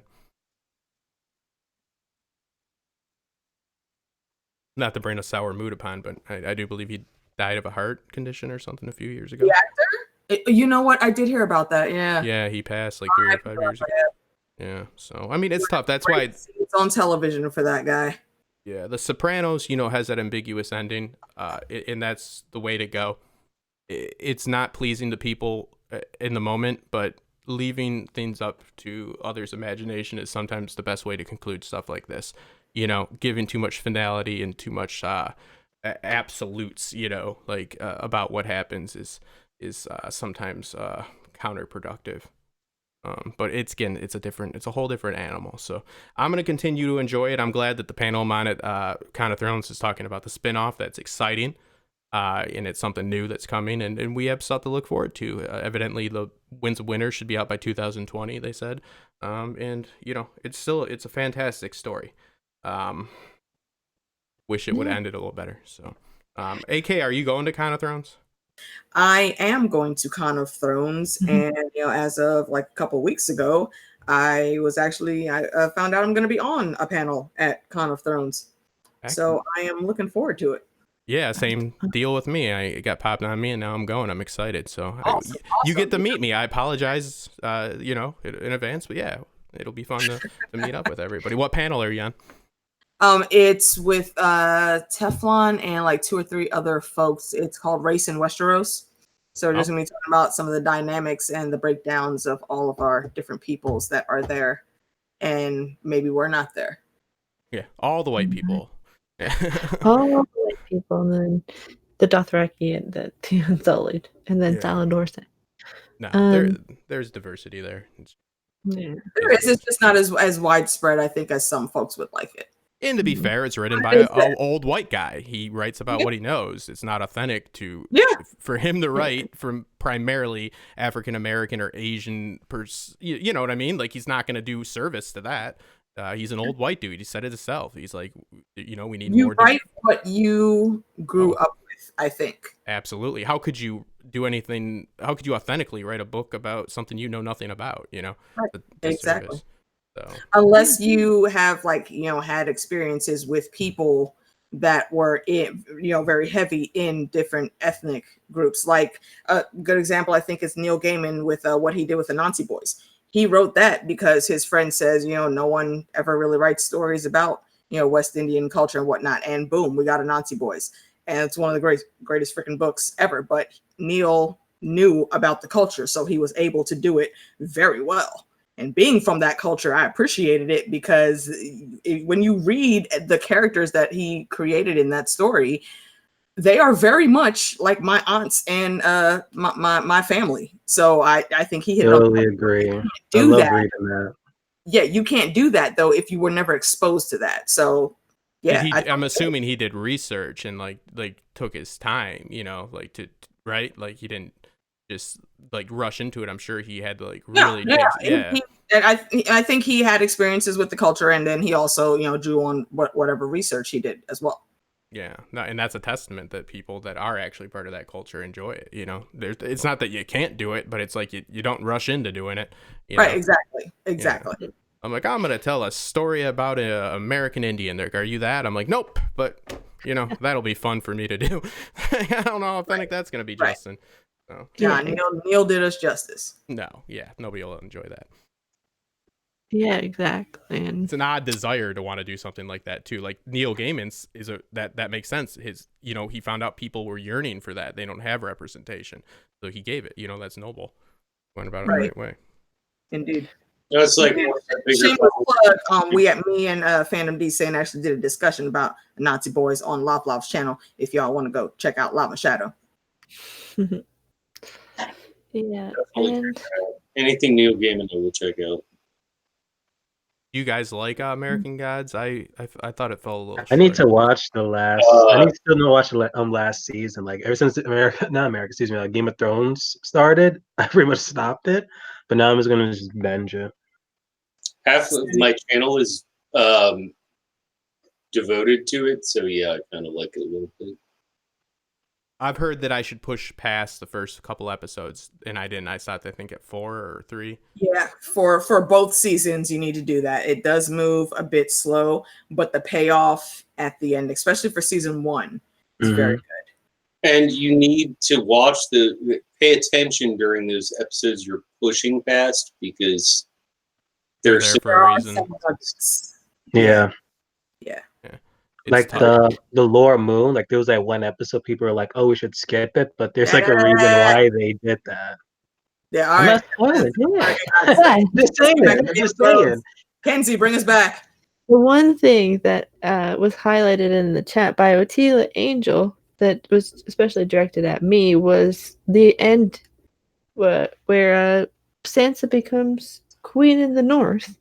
And I had this whole tweet that someone had put up, which because of the tech issues, I had to close the whole thing.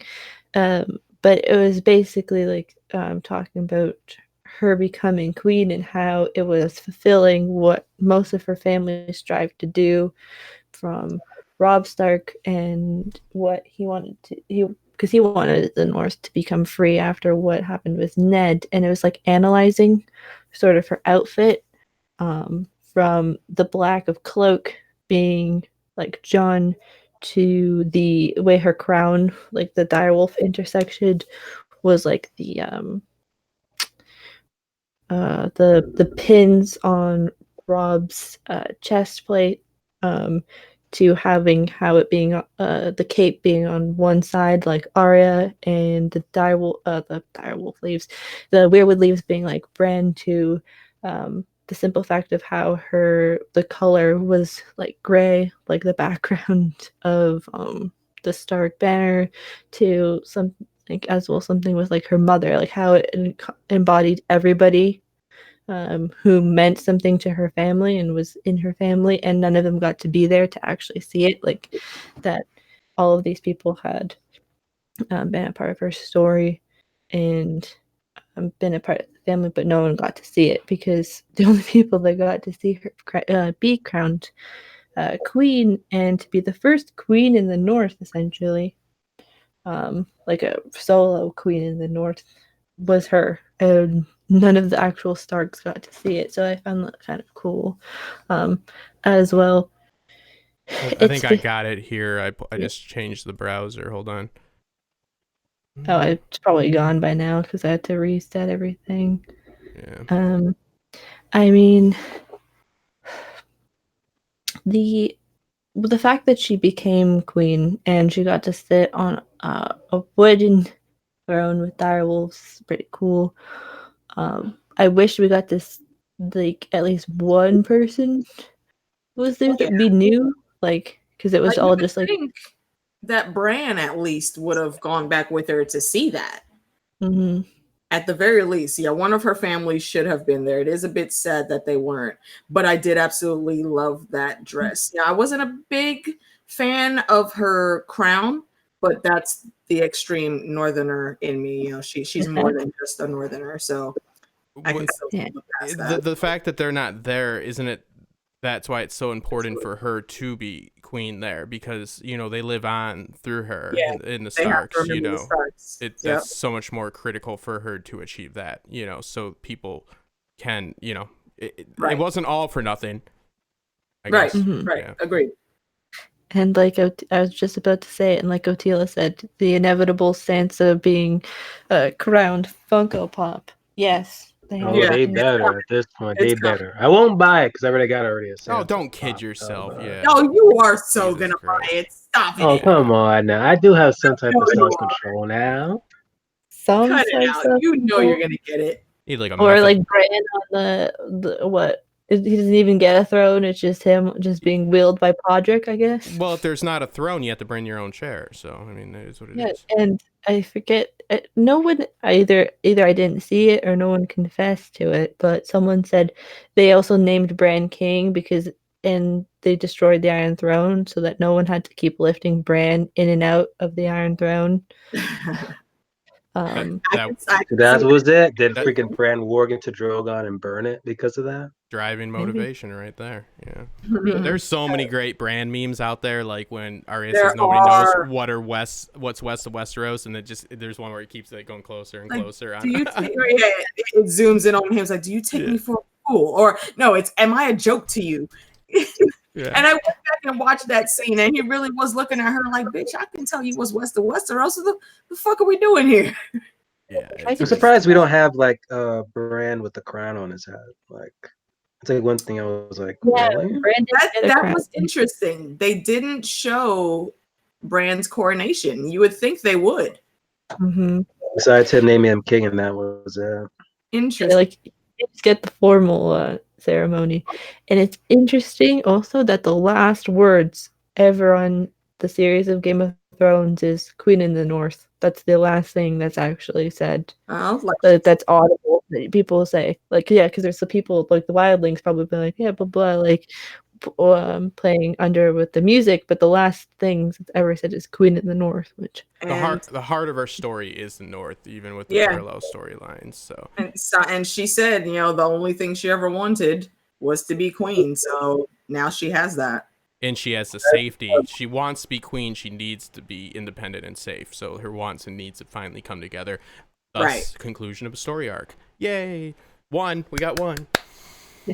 Yeah, I always saw her ruling somewhere. So She only one that had the training for it. You know what I mean? My awesome moment for the episode and actually for the entire season is the very end when you see the grass blooming, Yep. Dream of spring. the snow. spring, yeah. Like I almost got teary eyed. I was like, Yeah, there were worthy moments, absolutely worthy moments in this episode and in the season as in general. But there's a lot that they could have done differently that could have made it a bit more fulfilling, even with just the 6 episodes. agreed, absolutely agreed. Katrina Torres brings up a point of Master of Whispers. Why? LOL. It's like when they're like Right. trying to figure out who's going to be a Master of Whispers, Masters of Law, and Masters of War. It's like, yeah, I get Masters of Law and Masters of War, but what Master of Your Whispers? king is the master of whispers. You don't need that position filled. Exactly. You might want to take a break every once in a while, He gets a Brand break up. No breaks. Why do you think I came here? Nah, he's got a plan. He ain't taking no break. Yeah, I guess. Yeah, except for that season that you took a break off of. It's always important to have your most fucking pivotal protagonist not to be present for a whole entire season. He had to get training, and that had to happen off screen because it would have been too much. At the same point, Yeah, they could you have don't given show how Arya- magical beings become magical because they're no longer mysterious and magical. Yeah, I definitely. We didn't see how Arya became I know. Arya. You can't do So it. she was getting ass kicked left and right. Yeah, it Mhm. becomes science, not magic. You can't do it. Okay, so I see some negative comments about Braun becoming master of coin. Yeah, that doesn't make any sense because Ron becoming Master of Coin and Lord of the Reach is absolutely absurd to me. I don't know why Tyrion didn't just shank him at the end. That's what I thought was going to happen. No matter who won or lost, Bronn was going to die. Oh, It didn't make any sense that he's actually the High Lord of the South and Master of Coin. What the fuck does this guy know about being the Master of Coin? He's a South Lord. He understands money, sure, but not how to run it in politics. He doesn't understand how loans work, remember? He says Yeah, it. but he's It's so absurd. Oh yeah, Westeros is about to They be could just fucked up. educate him on how to do it, though. Yeah, See, I'm that's sorry. I think that the smartest thing Braun ever said in the entire series, he says it might be his very last line when he's defending opening brothels. He oh said, yeah. Yeah. The issue. Your master point is worried about. You want a master of ships who doesn't have any ships? Well, how are you going to build them? What's the Master of War? I don't think that's something in the books. I've never heard that before. Master of War is like something Danny came up with to call Grey Worm, and now they're stuck with it. Yeah, yeah. Well, it worked well. I mean, that's not, it's a good idea. But yeah, if it comes to fighting, then Brienne is the Lord Commander. That should just be her spot. It could have been the Master of Stink Eye. My question is, why give him that title like now? She could have gave him that title like ages ago. Same moment when she just named Tyrion her hand. How did they manage to hold back from giving him like the obvious fan service of the, whatever somebody offers you, I'll give you double, and giving him the twins? How did they hold back from that? They had Darth Vader with the Hound for Clegane Bowl, which is ridiculous, but they actually had some restraint. But they did it by giving him Highgarden. Totally inapt for that job. The twins honestly would have made sense because then he still would have been a vassal. I could see him being a vassal under Edmure, but actually running a region, what does he know about that? Now you learn on the job at the cost Especially of thousands the of one lives. that provides the food. If I may ask, It's the bread basket. if I may ask, Alicia, would you rather have Edmure running your kingdom? Well, Edmure technically does run the river Edmure, run. if he's in charge of the Riverlands, he would have been a better pick than Bronn. He could be Master of Cells. what about? He's good at sitting in them. Yeah, he did get. He got captured at his wedding like an idiot. But hey, how about this? How about how they, really pose experience and knowledge? Obviously it is important for that's what all of Bran's legitimacy hinges on. But he stands up and he starts to speak to that he thinks he's been around and he's seen some things, and they all laugh at him and tell him to shut up. And then they give a whole speech about how important hindsight and all that is. It's like, Jesus Christ. They just can't. They can't be consistent for 2 minutes. The dude did get up talking about he's the veteran of 2 wars, though. Nah, bruh, you got lucky and you won 1 battle.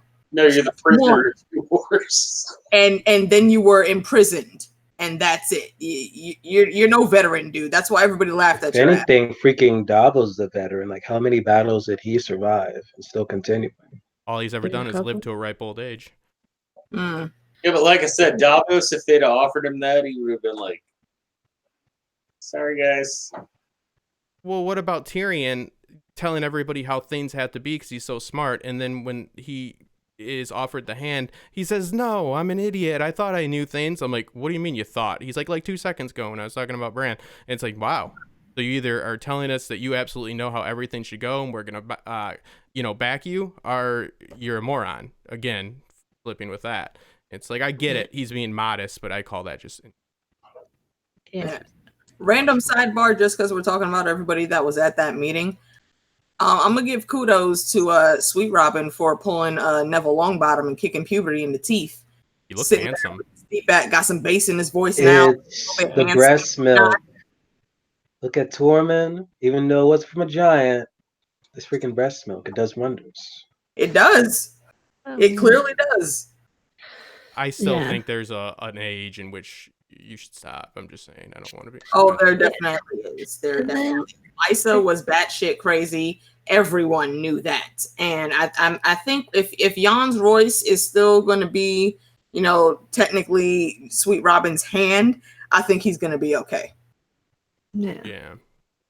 The last kind of thing we have to talk about is kind of the Stark goodbye, and then Grey Worm being like, I'm going to Noth, but it's like, you're gonna die in like a day, buddy. To get killed by some butterflies because I didn't do the proper research.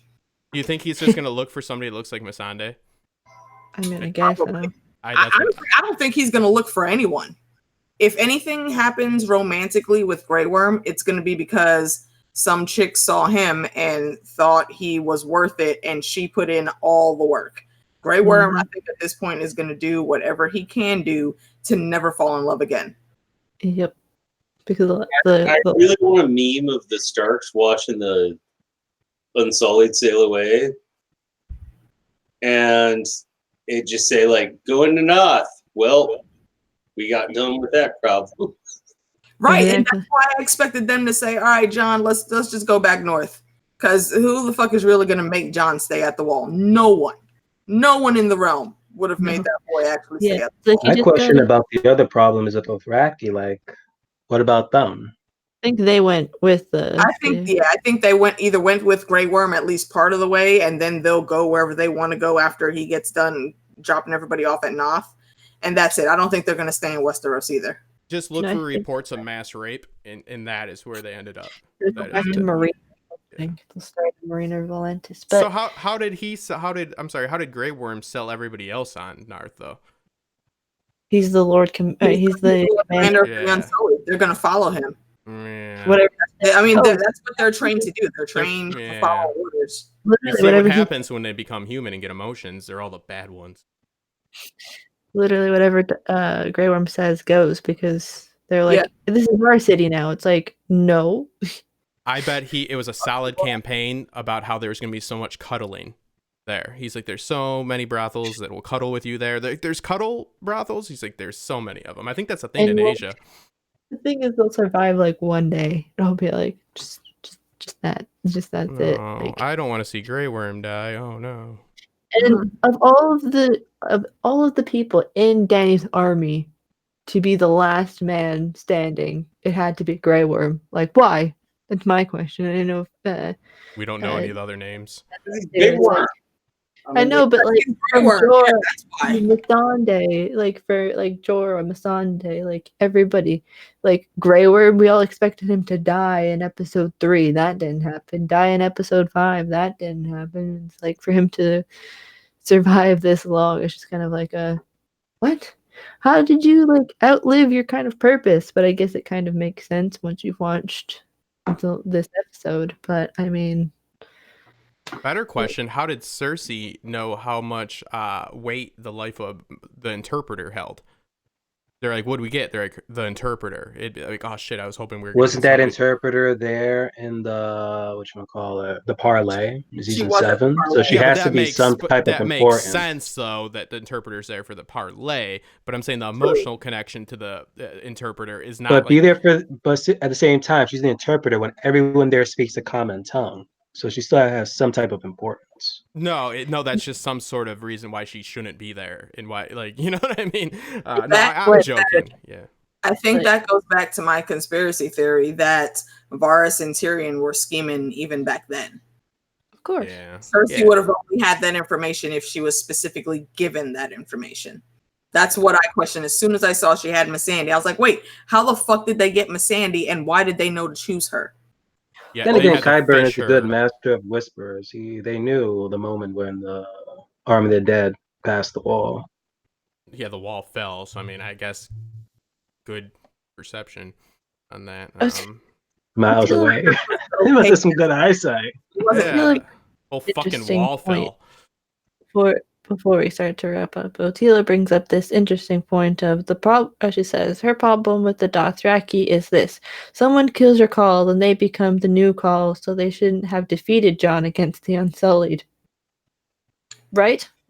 Weren't they her blood riders? And someone told me that they have to like kill themselves because they're Dany's blood riders or something. Guys, everything that we learned about these cultures, remember, please forget. Thank you. Went right out the window. Yeah, you're right. You're right. It's detrimental to our case. The rules didn't matter this season.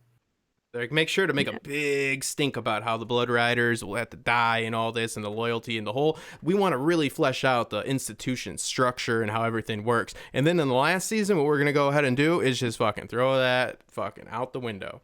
And if anybody brings it up, fuck you. You're just being nitpicky about it. You know. But we spent 3 seasons on it.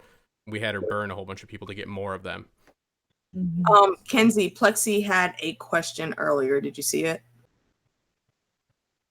Let me check. No. Oh, I got it up. I can read it out if you want. Okay, sure. Yeah. All right. She asks, "What do you think of Tyrion saying they need the Night's Watch because they still need a home for criminals after an experience like the Long Night?" I think John is the only one that's in the Night's Watch, and he obviously went with Tormund. So Yeah, see, and that was my thought. I didn't think that there were that many Night Watchmen left. Maybe honestly, like one or two, because there was only maybe a handful of them there was. that showed up. I thought they just died at the Long Night. Well, what I think about the there's like Dothraki? maybe Jesus. 5, maybe Other options? no. There had to be at least 2 because the 2 people that rode with John back to the wall. Those are just Northerners dressed as the Night's Watch. Okay, Yeah, do people that rape and commit crimes, do they get sent to the Night's Watch? Yes or no? Yeah, that's how. Mhm. Did rape and crime stop in Westeros? Yeah, no, not at all. No, not at all. There's a Night's Watch. Right. Everybody's in the Night's Watch. Yeah, we're all in it. Damn it. Honestly, there's a portion of John's army that should have been sent to the Night's Watch for real, because when he killed that dude in the alley for trying to rape that chick, that was a Northman. That wasn't an enemy soldier. But he was trying to rape. That's a hard one, though. Yeah. No, fuck He that. No. died anyway. He So. got ass. John did the right thing. I'd have gutted his ass too. Yeah. Okay. I thought you were arguing against. Yeah. Oh, like, no, yeah, no, yeah. no, no. I was No, like, no, Jesus, no, if I not took at that stance, my channel would be done. I'm No, like, well, not I at gotta all. kill a guy for raping, you know? half of the people that went down there, they should have been sentenced to the Night's Watch. Like the mountain says, your brother's a murderer, I'm a murderer, your father was a murderer, you'll be a murderer, you know? Excuse me, young man. That was the Hound, not the Mountain. Don't you sully I Sam. keep saying it. I Boom. keep doing it. Yep. Oh, this guy doesn't know anything. He called the Hound the mountain. Yeah. So yeah. Sorry. I do have this graphic up. This is Bran Stark not helping in what appears to be like a purple or black, and then there's him not helping in yellow. That's Yeah, another so- one of my favorite memes. Is Bran sitting in the wheelchair and it says, when you when you do none of the work but you still get a on the group project, Bran. Love it. Hashtag. Oh yes, people. Hashtag call him Sandor. That was the I thing. know. Sorry, I was wasting time learning about narrative theory. I'll make sure to remember a character. Yeah, sorry. You son. Next week, Made barring me feel small. next week, barring no technical issues, we should be doing a final episode club. This was just to talk about this episode. But yeah, it's this episode. It was kind of like a decent way to end. This series. I mean, like they were basically running off bullet points that Germ gave them. We kind of talked about like everything that's happened in the episode. I don't think we really missed anything besides like Arya going on a ship, but we already knew that was going to happen. And the whole thing with, I'm kind of thinking with the whole thing with Tyrion is like, in 10 years, I'll come in and go visit you. It's like 10 years. Like they're saying no spin-offs, no spin-offs, no spin-offs, but they might do like something in 10 years where they'll do like a reunion, like mini series or something like that. I would be so down for that, quite honestly. I would be down for a spin-off of just seeing what the hell happens to Arya going west to Westeros, They because shut that down yesterday. yeah, unfortunately they did. But if it's fun to think about, because with Fire and Blood being out now, there is a character that went west of Westeros, and it's rumored that she ended up in a Shy. So you think Arya, she's got that magic Stark blood that everyone in the beginning of this story seemed to want to get a piece of. And she's a faceless man, a kick-ass assassin. And if she makes it to a Shy by going around the other side of the world, the cool-ass magic that she could learn there. Arya's already a beast. Like, you think about someone that could learn how to do like all of the magics that have been in this story. And I think she has the potential to do it. And that's a story I would love to watch. Mm-hmm. Yeah, they've established a beautiful world. That's what the books behind me have done, and that's why there's a lot of longevity. to this Right. actual property. Exactly. We would love to see anything that happens in this world. It's beautiful. That's why you take your story off world, so it can continue in this world for much longer.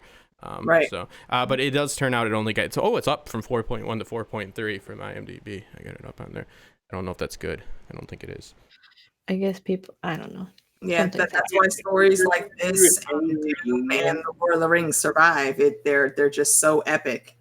They're not they're not held down by like our culture necessarily, and Right. they age a lot better. You take your story off It's world so it can survive in world. Yeah, it's a beautiful escape. Yes, I love it, S- and I love all you wonderful people. Once a year, every year. We know you're lying. Or two. My favorite character is Sandor Clegane. But yes, Otila's reminded me. So now that we've kind of talked about everything, kind of final thoughts for the episode / series. Although some of hopefully we'll talk about it then. I guess all this stuff again next week or so.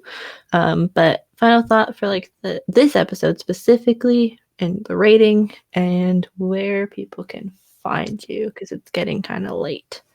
So. Otila gave hers and says 8.5 on the Rickon scale. So I like that, and it's a good point. I like that. Yeah, I initially Sunday night I had given it an 8, but after rethinking it and then my discussion with the Mad Queens yesterday, I gave it a 7. So I'm holding firm at a 7 out of 10 zigzags that Rickon should have taken. yeah. He died. No. I like it. Ha ha ha ha ha ha. Don't patronize people. And AK, what are you doing like next? Like what's coming? I will probably be live streaming during this special behind the scenes extra thing that they're doing on Sunday. So you can find me there. I will possibly be doing a discussion with the ladies of the Mad Queens maybe over the weekend as possibly a final wrap up. I gotta see what the girls are doing. I know Monero wants to get a ginger ale chat in probably within the next month. And I'll be at Con of Thrones in a couple months doing a panel. I'm looking forward to meeting all of your lovely faces that will be there. If you see me before I see you, come say hi to a chick, give me a hug. I know me and Johnny have to schedule our next They Deserved It stream. Hopefully within the next couple weeks, we'll get that done. We are also going to be bringing on special guests for that. So I'm not sure who we're going to tap first, but it's been a fun time. The last 2 that we've done, everyone seems to enjoy it. So we hope to continue for a while because there's a lot of people in this story that deserved it. Besides that, we got Stranger Things coming up pretty soon. I know me and Fandom at the very least will be talking about that. Me and JD the Dragon will be doing The Land Book 2 Part 2 within the next few weeks. So set your notifications to JD's channel for that. If you want a new book series to get into, The Land Chaos Seeds by Alron Kong. It's an excellent story. If you love RPG video games, you will love this book series, and I highly recommend that you get the audiobooks as well as the physical books because the narration is excellent and there's awesome sound effects in the announcements that they do, so you'll definitely enjoy that. And shout out to Alron Kong. The first stream that we did, it was me, JD, and Laughing Shadow. Alron saw that and he got in touch with JD and he sent us all free t-shirts for chatting about the book. And I think that's just fucking epic because I've never been able to talk to an author that I'm a big fan of. And he's a cool dude. So check that series out. Besides that, I don't know. I got a few things that I want to do with my channel. We're not done with Thrones yet. We still got books and all types of random theories to go through. So I don't know. Give me a sub if you want. I always say, though, you can catch me on other people's channels a lot quicker than you'll catch me on my own. But I'm always around in the chats. Y'all know that's where you'll likely find me. And thank you, Kenzie, for having me on. This has been a blast. This has been a hell of a fucking journey with this series, you guys. And I'm really glad to have met all of you. And we're going to continue. Like I said, we're not done, man. So stay tuned. No, we're not. And a special video actually will be coming up, but I'll talk about that in a second. Fandom, what you got going on in your neck of the woods, and what you rate this episode? So, for starters, thanks for having me on, Mackenzie, so I can talk with you and everyone on this panel about the finale, except for Justin. We don't care for Justin, but yeah, and also finally get to check off, John St. Baptiste off my bucket list of people I want to be in a damn stream. And I think this is like the first time ever we have been in a stream where we see them in streams and doing streams and I can't wait to actually talk to this dude. And finally happened. He was disappointed. Because of that, I'm not sending you that Funko Pop, Justin. I don't damn want Funko Pops. Yes, you do, man. Yes, you do. I know you called me. It's like, Damn. can I get that Westworld? Can I get that Westworld Funko, BB? I'm like, sure, whatever, man. Now it's not gonna come. Now it's not gonna come. But yeah. Speaking of Westworld, sorry, BBM, real quick, Justin, if you're gonna be doing streams about Westworld again, tap me in. I'm down. I'm supposed to be doing my trailer breakdown right now, and that's why you didn't get your video. But no, I want. Yeah, I've been blaming trying. everybody. No, trust me, it was probably gonna get done by tomorrow, anyways. So I'm happy to help out Mackenzie. AK, because I've been trying to get together for a while. So yes, there are going to be Westworld streams, absolutely. And BBM, back to you being patronizing and inappropriate, in my opinion. But yes, if you want to find me, FanD's YouTube channel, pretty much do reactions, just pretty much like live commentary, along with my initial thoughts right after it. At the moment, I'm doing reactions to The 100 and Marvel's Cloak and Dagger. I've been asking people what else I could be reacting to. I've been told Deadly Class, but copyright is like a bitch nowadays, so I can't even do that. And they told me to watch Umbrella Academy. I'm like, okay, watch that, because I heard one of the dude that was on the TV show The Misfits is on there, and I did enjoy him on The Misfits, so I can't wait to dive into that show. But I would rate the episode an 8.8 out of 10. Tallest Lannister, which is only Tyrion at this point. Fitting. Yeah, it was good finale, but it was rushed. Still some questions I needed to be answered. Too much open ending stuff. I'm just come on, you could at least just give us an answer for this. And they did not give me Tyrion's joke. If they gave me a Tyrion joke out of bias, I would have been 10 out of 10 because they gave me the damn joke. Because of that, no. Just no.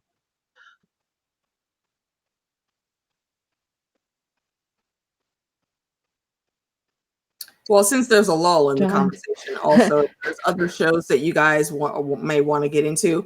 The Watchmen, Swamp Thing, and Good Omens are starting relatively soon, so definitely check those out. Especially Good Omens. Again, shameless plug for Lava Shadow. Me, her, and BBM broke down that book as well. Is it supposed to come out this summer? Good Omens? Yeah. Just another first. Interesting. John, what you got going on, even though I know half of this speech? Not for you, Mackenzie. First, I have to say, Alicia, it's good to see you in much better shape than I was last time I saw you.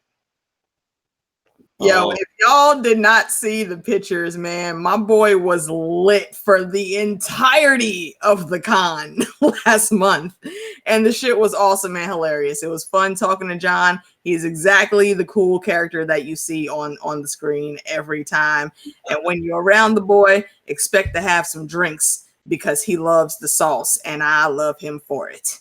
Does anybody want the total litany for the weekend?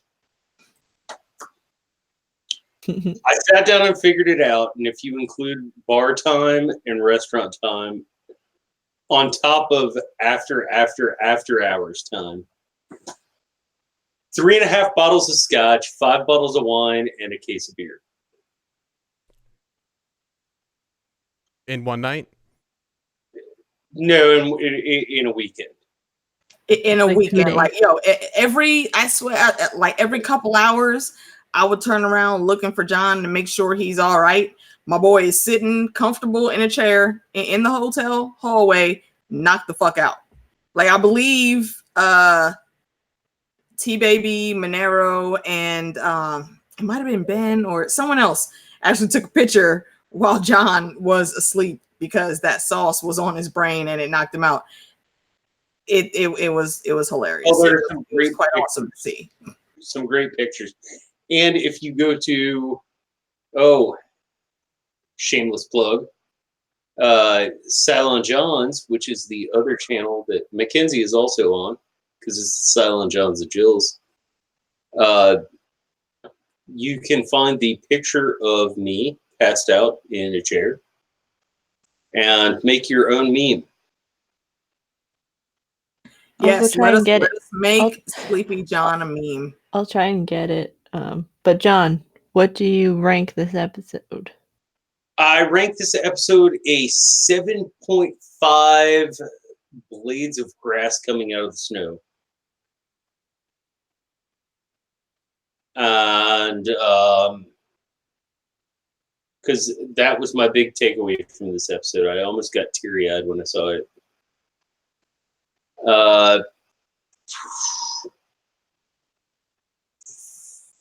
Things I loved about this episode, we talked about this a lot on Monday. I think this episode had the strongest dialogue of the entire season. There's the picture. There's the picture. This episode had the strongest dialogue of the entire season. Most of it came from the Dink, which, by the way, I am so glad Tyrion is smart again. Criticism about this episode, I think it's the same one everyone has. It was too rushed, but this entire season was a little too rushed. I have to give credit where credit's due, though. I think what was done in the capacity in which it could have been done, if that makes any sense. There was only so much time to tie so many things up in a nice little pretty bow. Their choice, though, is the issue. Their choice for that small amount of time. Oh no, agreed, absolutely agreed. But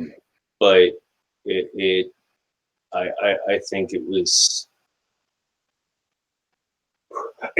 done as well as it could have been. Mm-hmm. What do I have going on right now? I'm doing 30 tracks in 45 days, which is 5 tracks a week to make my season 8 playlist. And that's all voter decided. So this is the 6th episode, the final episode of both the season and the show. And people, I'm letting the people who come on my channel pick what track defines that episode best. The votes go in on Saturday, and people are putting together a pretty great playlist. Like, I'd like to say I'm not doing any work, but I'm actually having to do a shit ton of work because I'm having to put together 5 tracks, like, for every episode. But I'm excited about that. Also, every Wednesday night, we have Believe on my channel, which comes on a few hours before Mackenzie. Never want to overlap your friends, right? And we started off with American Gods Season 2. We're going to be doing Good Omens. In the meantime, we're covering short fiction by Neil Gaiman. We did Snow Glass Apples last week. This week we did the first half of Murder Mysteries. Next week we'll be doing the second half. And then we'll be moving on to Good Omens, which I am so excited about. I'm so stoked about the show. Because I've loved this book since the first time I read it, like 20 years ago. So I'm very much looking forward to it being put into a television adaptation. I'll either be like really fulfilled or really let down, but I think I'm going to be really fulfilled because I haven't watched any of the trailers myself because I don't watch trailers or anything like that. But from what I've heard, it looks awesome. They got Doctor Who and Martin Sheen in the lead roles. Yeah, David Tennant, like that. I'm just like, David Tennant, I gotta watch it. And he's the perfect one to play that part. It's awesome. No, it's just that's like a thing for me. Anyone who's known me for a while, like AK, I know you know this, and Sasa. Like I don't watch trailers. I don't watch previews. I don't watch anything like that. I just avoid all of that. That's understandable. For like certain TV shows, like I just don't, unless it's like Game of Thrones. I was like, you know what? It's like almost about to end. Let me actually see something. But like for other shows, it's like I do the same thing because there's times where I just watch the trailer, having my expectations so high. And then once I watch, I'm like, wait, what? This is unfulfilling. So for a while, I've been stopped watching like trailers for certain stuff. If the trailer for a movie I think I'm going to watch comes on, I actually get up and walk out of the theater. Yeah, I start playing like movies on my freaking phone when I go to movies now because those are ridiculous. I was trying to, for like every time I go to the movies, I was trying to like dodge a Captain Marvel trailers because I just wanted to go in with just fresh eyes. I never like read the comics or anything, so I just wanted just the experience for the first time without like anything motivating me. Makes sense. And I haven't seen it. I'll be the first. I am not a Marvel fan. I'm over Marvel saturated. They're good action movies. That's all they are to me. I hope I don't piss anybody off too much by saying that. That's what they kind of are, honestly. Right, yeah. There's nothing wrong with that opinion. Before we go on a Marvel diatribe, which I have like no dog in that fight, Justin, what you have going on with your channel? And like kind of what would you give this episode if you could give it a rating? Well, I can give it a rating. My rating is low for this episode. I'll just state up front that the series overall is an 8.5 out of 10, if not 9. The rating for this episode is 4 out of 10. It's a bad episode. A lot of contrived reasons for these things happening, and a lot of inconsistencies, and a lot of things that could have been avoided. Like, and I know that John is well aware, like, you know, that they could have taken more time. And I think the sentiment he was, you know, speaking to is that, you know, for the time that they chose already after making the mistake, this was the best they could do. And I agree with that, with him on that. I can't get over the fact though, because it's excusing this terrible decision, and I don't want to encourage that because this is a great show, and I don't want to see other creators just say, oh well, you know, we want to move on to a next project, so we'll just throw this one in a dumpster. You know, I don't think it ruined the show for me, but it's a bad episode. It's bad. It's not. It's bad on all fronts. It's got a lot of contradictions in it. It's not at all living within the logic and reason in which the world we learned to love. So bad. Series, good. Doesn't ruin it for me. I can still talk about it. I'll be doing more videos on just certain aspects of it. I'll be talking about Jamie's arc and how I feel about what happened with him and a lot of stuff like I was speaking to about like where are these characters straddling both worlds, because that's always what happens usually in these stories. You have characters trying to make the decision to live one way or another way, what they want and what they need. So was Jaime going back to Cersei a betrayal of that, or was that in sync with his character? And I will let you know in my video how I feel about that, as well as Dany's overall arc in how it's perceived within this very, very rushed season, but also a few different ways they could have went about it, and the validity to it, and the flaws.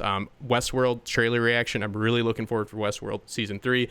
The world outside looks beautiful. Aaron Paul is an excellent actor. I think a great pick for this role, and I think I'm really excited about it. So I'll be doing a trailer breakdown that hopefully will be out tomorrow. I'll be at the Con of Thrones talking about Age of Heroes, meeting everybody that's there. I'm really excited for that. And I'll be doing a podcast with W. Axel Foley from Podcast Winterfell on Friday, and hope to keep collabing with wonderful people like you. Like I just met John the other day, and I love his point of view. I love that he's an artist and all that. And I always like having great discourse with intelligent people, whether or not you differ or not. You know what I mean? That's where you get the best, streams from people that have differing opinions, not a whole bunch of we hated it and we all hated it, or a whole bunch of it was beautiful and we all thought it was beautiful. So there's not a lot to take from that. But yeah, thanks for having me on, and make sure to subscribe to the channel, and if you like to support creativity, go to my Patreon for $3 a month. Maybe that's hopefully barely noticeable for you, but it makes a huge difference for me. And thank you, Mackenzie, for having us on. And thank you for giving me your stream key again. I'll be now running your channel. No, you can change it. I'll show you how. So no, but thank you for having for basically hosting it, because tech issues on the back end of Hangouts just didn't want to hang out today. But there were so many people in the chat today. I know Johnny had to drop away, but that's something else. But yeah, this was the final episode for Episode Club. I mean, not ever, but it was for Game of Thrones, and next week it'll still be Game of Thrones related, but we are going to be revealing which series we're going to be talking about next. I've dropped the link a couple times. I'll put it at the end of this stream again, but if you go over to my Patreon, you don't have to sign up or anything, but that's the easiest way for me to keep tabs on what series we're going to talk about next. There's Stranger Things, Westworld, Black Sails, and Vikings that's on there. Those were like 4 ones that I've consistently heard a lot when I've asked way before this what we should talk about. Go over there and vote, and whichever one obviously wins. We'll talk about that next, but this was an interesting ride. I mean, I started this whole thing, Episode Club, on Wednesdays with this show. I'd probably give this episode maybe it's been consistently it's always been like an 8, and then it's like 8.448 or 8.5 or 8.4, but I feel like this one's about an 8. I got what I wanted in the end, seeing Sansa being crowned and surviving, which is among other things. But yeah, I feel like there'll be more to come. Next week we'll be talking about the documentary with people who watched it. If you didn't watch it, it'll be fine, and we'll be doing final thoughts on Game of Thrones and having kind of a wrap up for an official wrap up for Episode Club Game of Thrones edition. But yeah, you can going back to my Patreon for a second, you can go there. That's where you usually I'll put out where you can ask questions, vote on new content, all of that fun stuff. It's awesome. It's not like Justin, it's not very expensive and everything, but yeah, whatever it does, it always goes back to the channel and a bunch of other things. But yeah, it was so fun to do Episode Club with you guys. There'll be a special video specifically for Episode Club coming out next week. I think at some point. And yeah, it was awesome. Everybody on here has been on at least one of them, and if you haven't, there's what's now 73 episodes that you can go check out. They're all awesome. They all have funny moments in them, and yeah, I'm thankful that you all decided to come on this crazy adventure with me, and can't wait to do it all again with a new show. So, thank you so much, and see you all next Wednesday, I guess. Bye, everybody.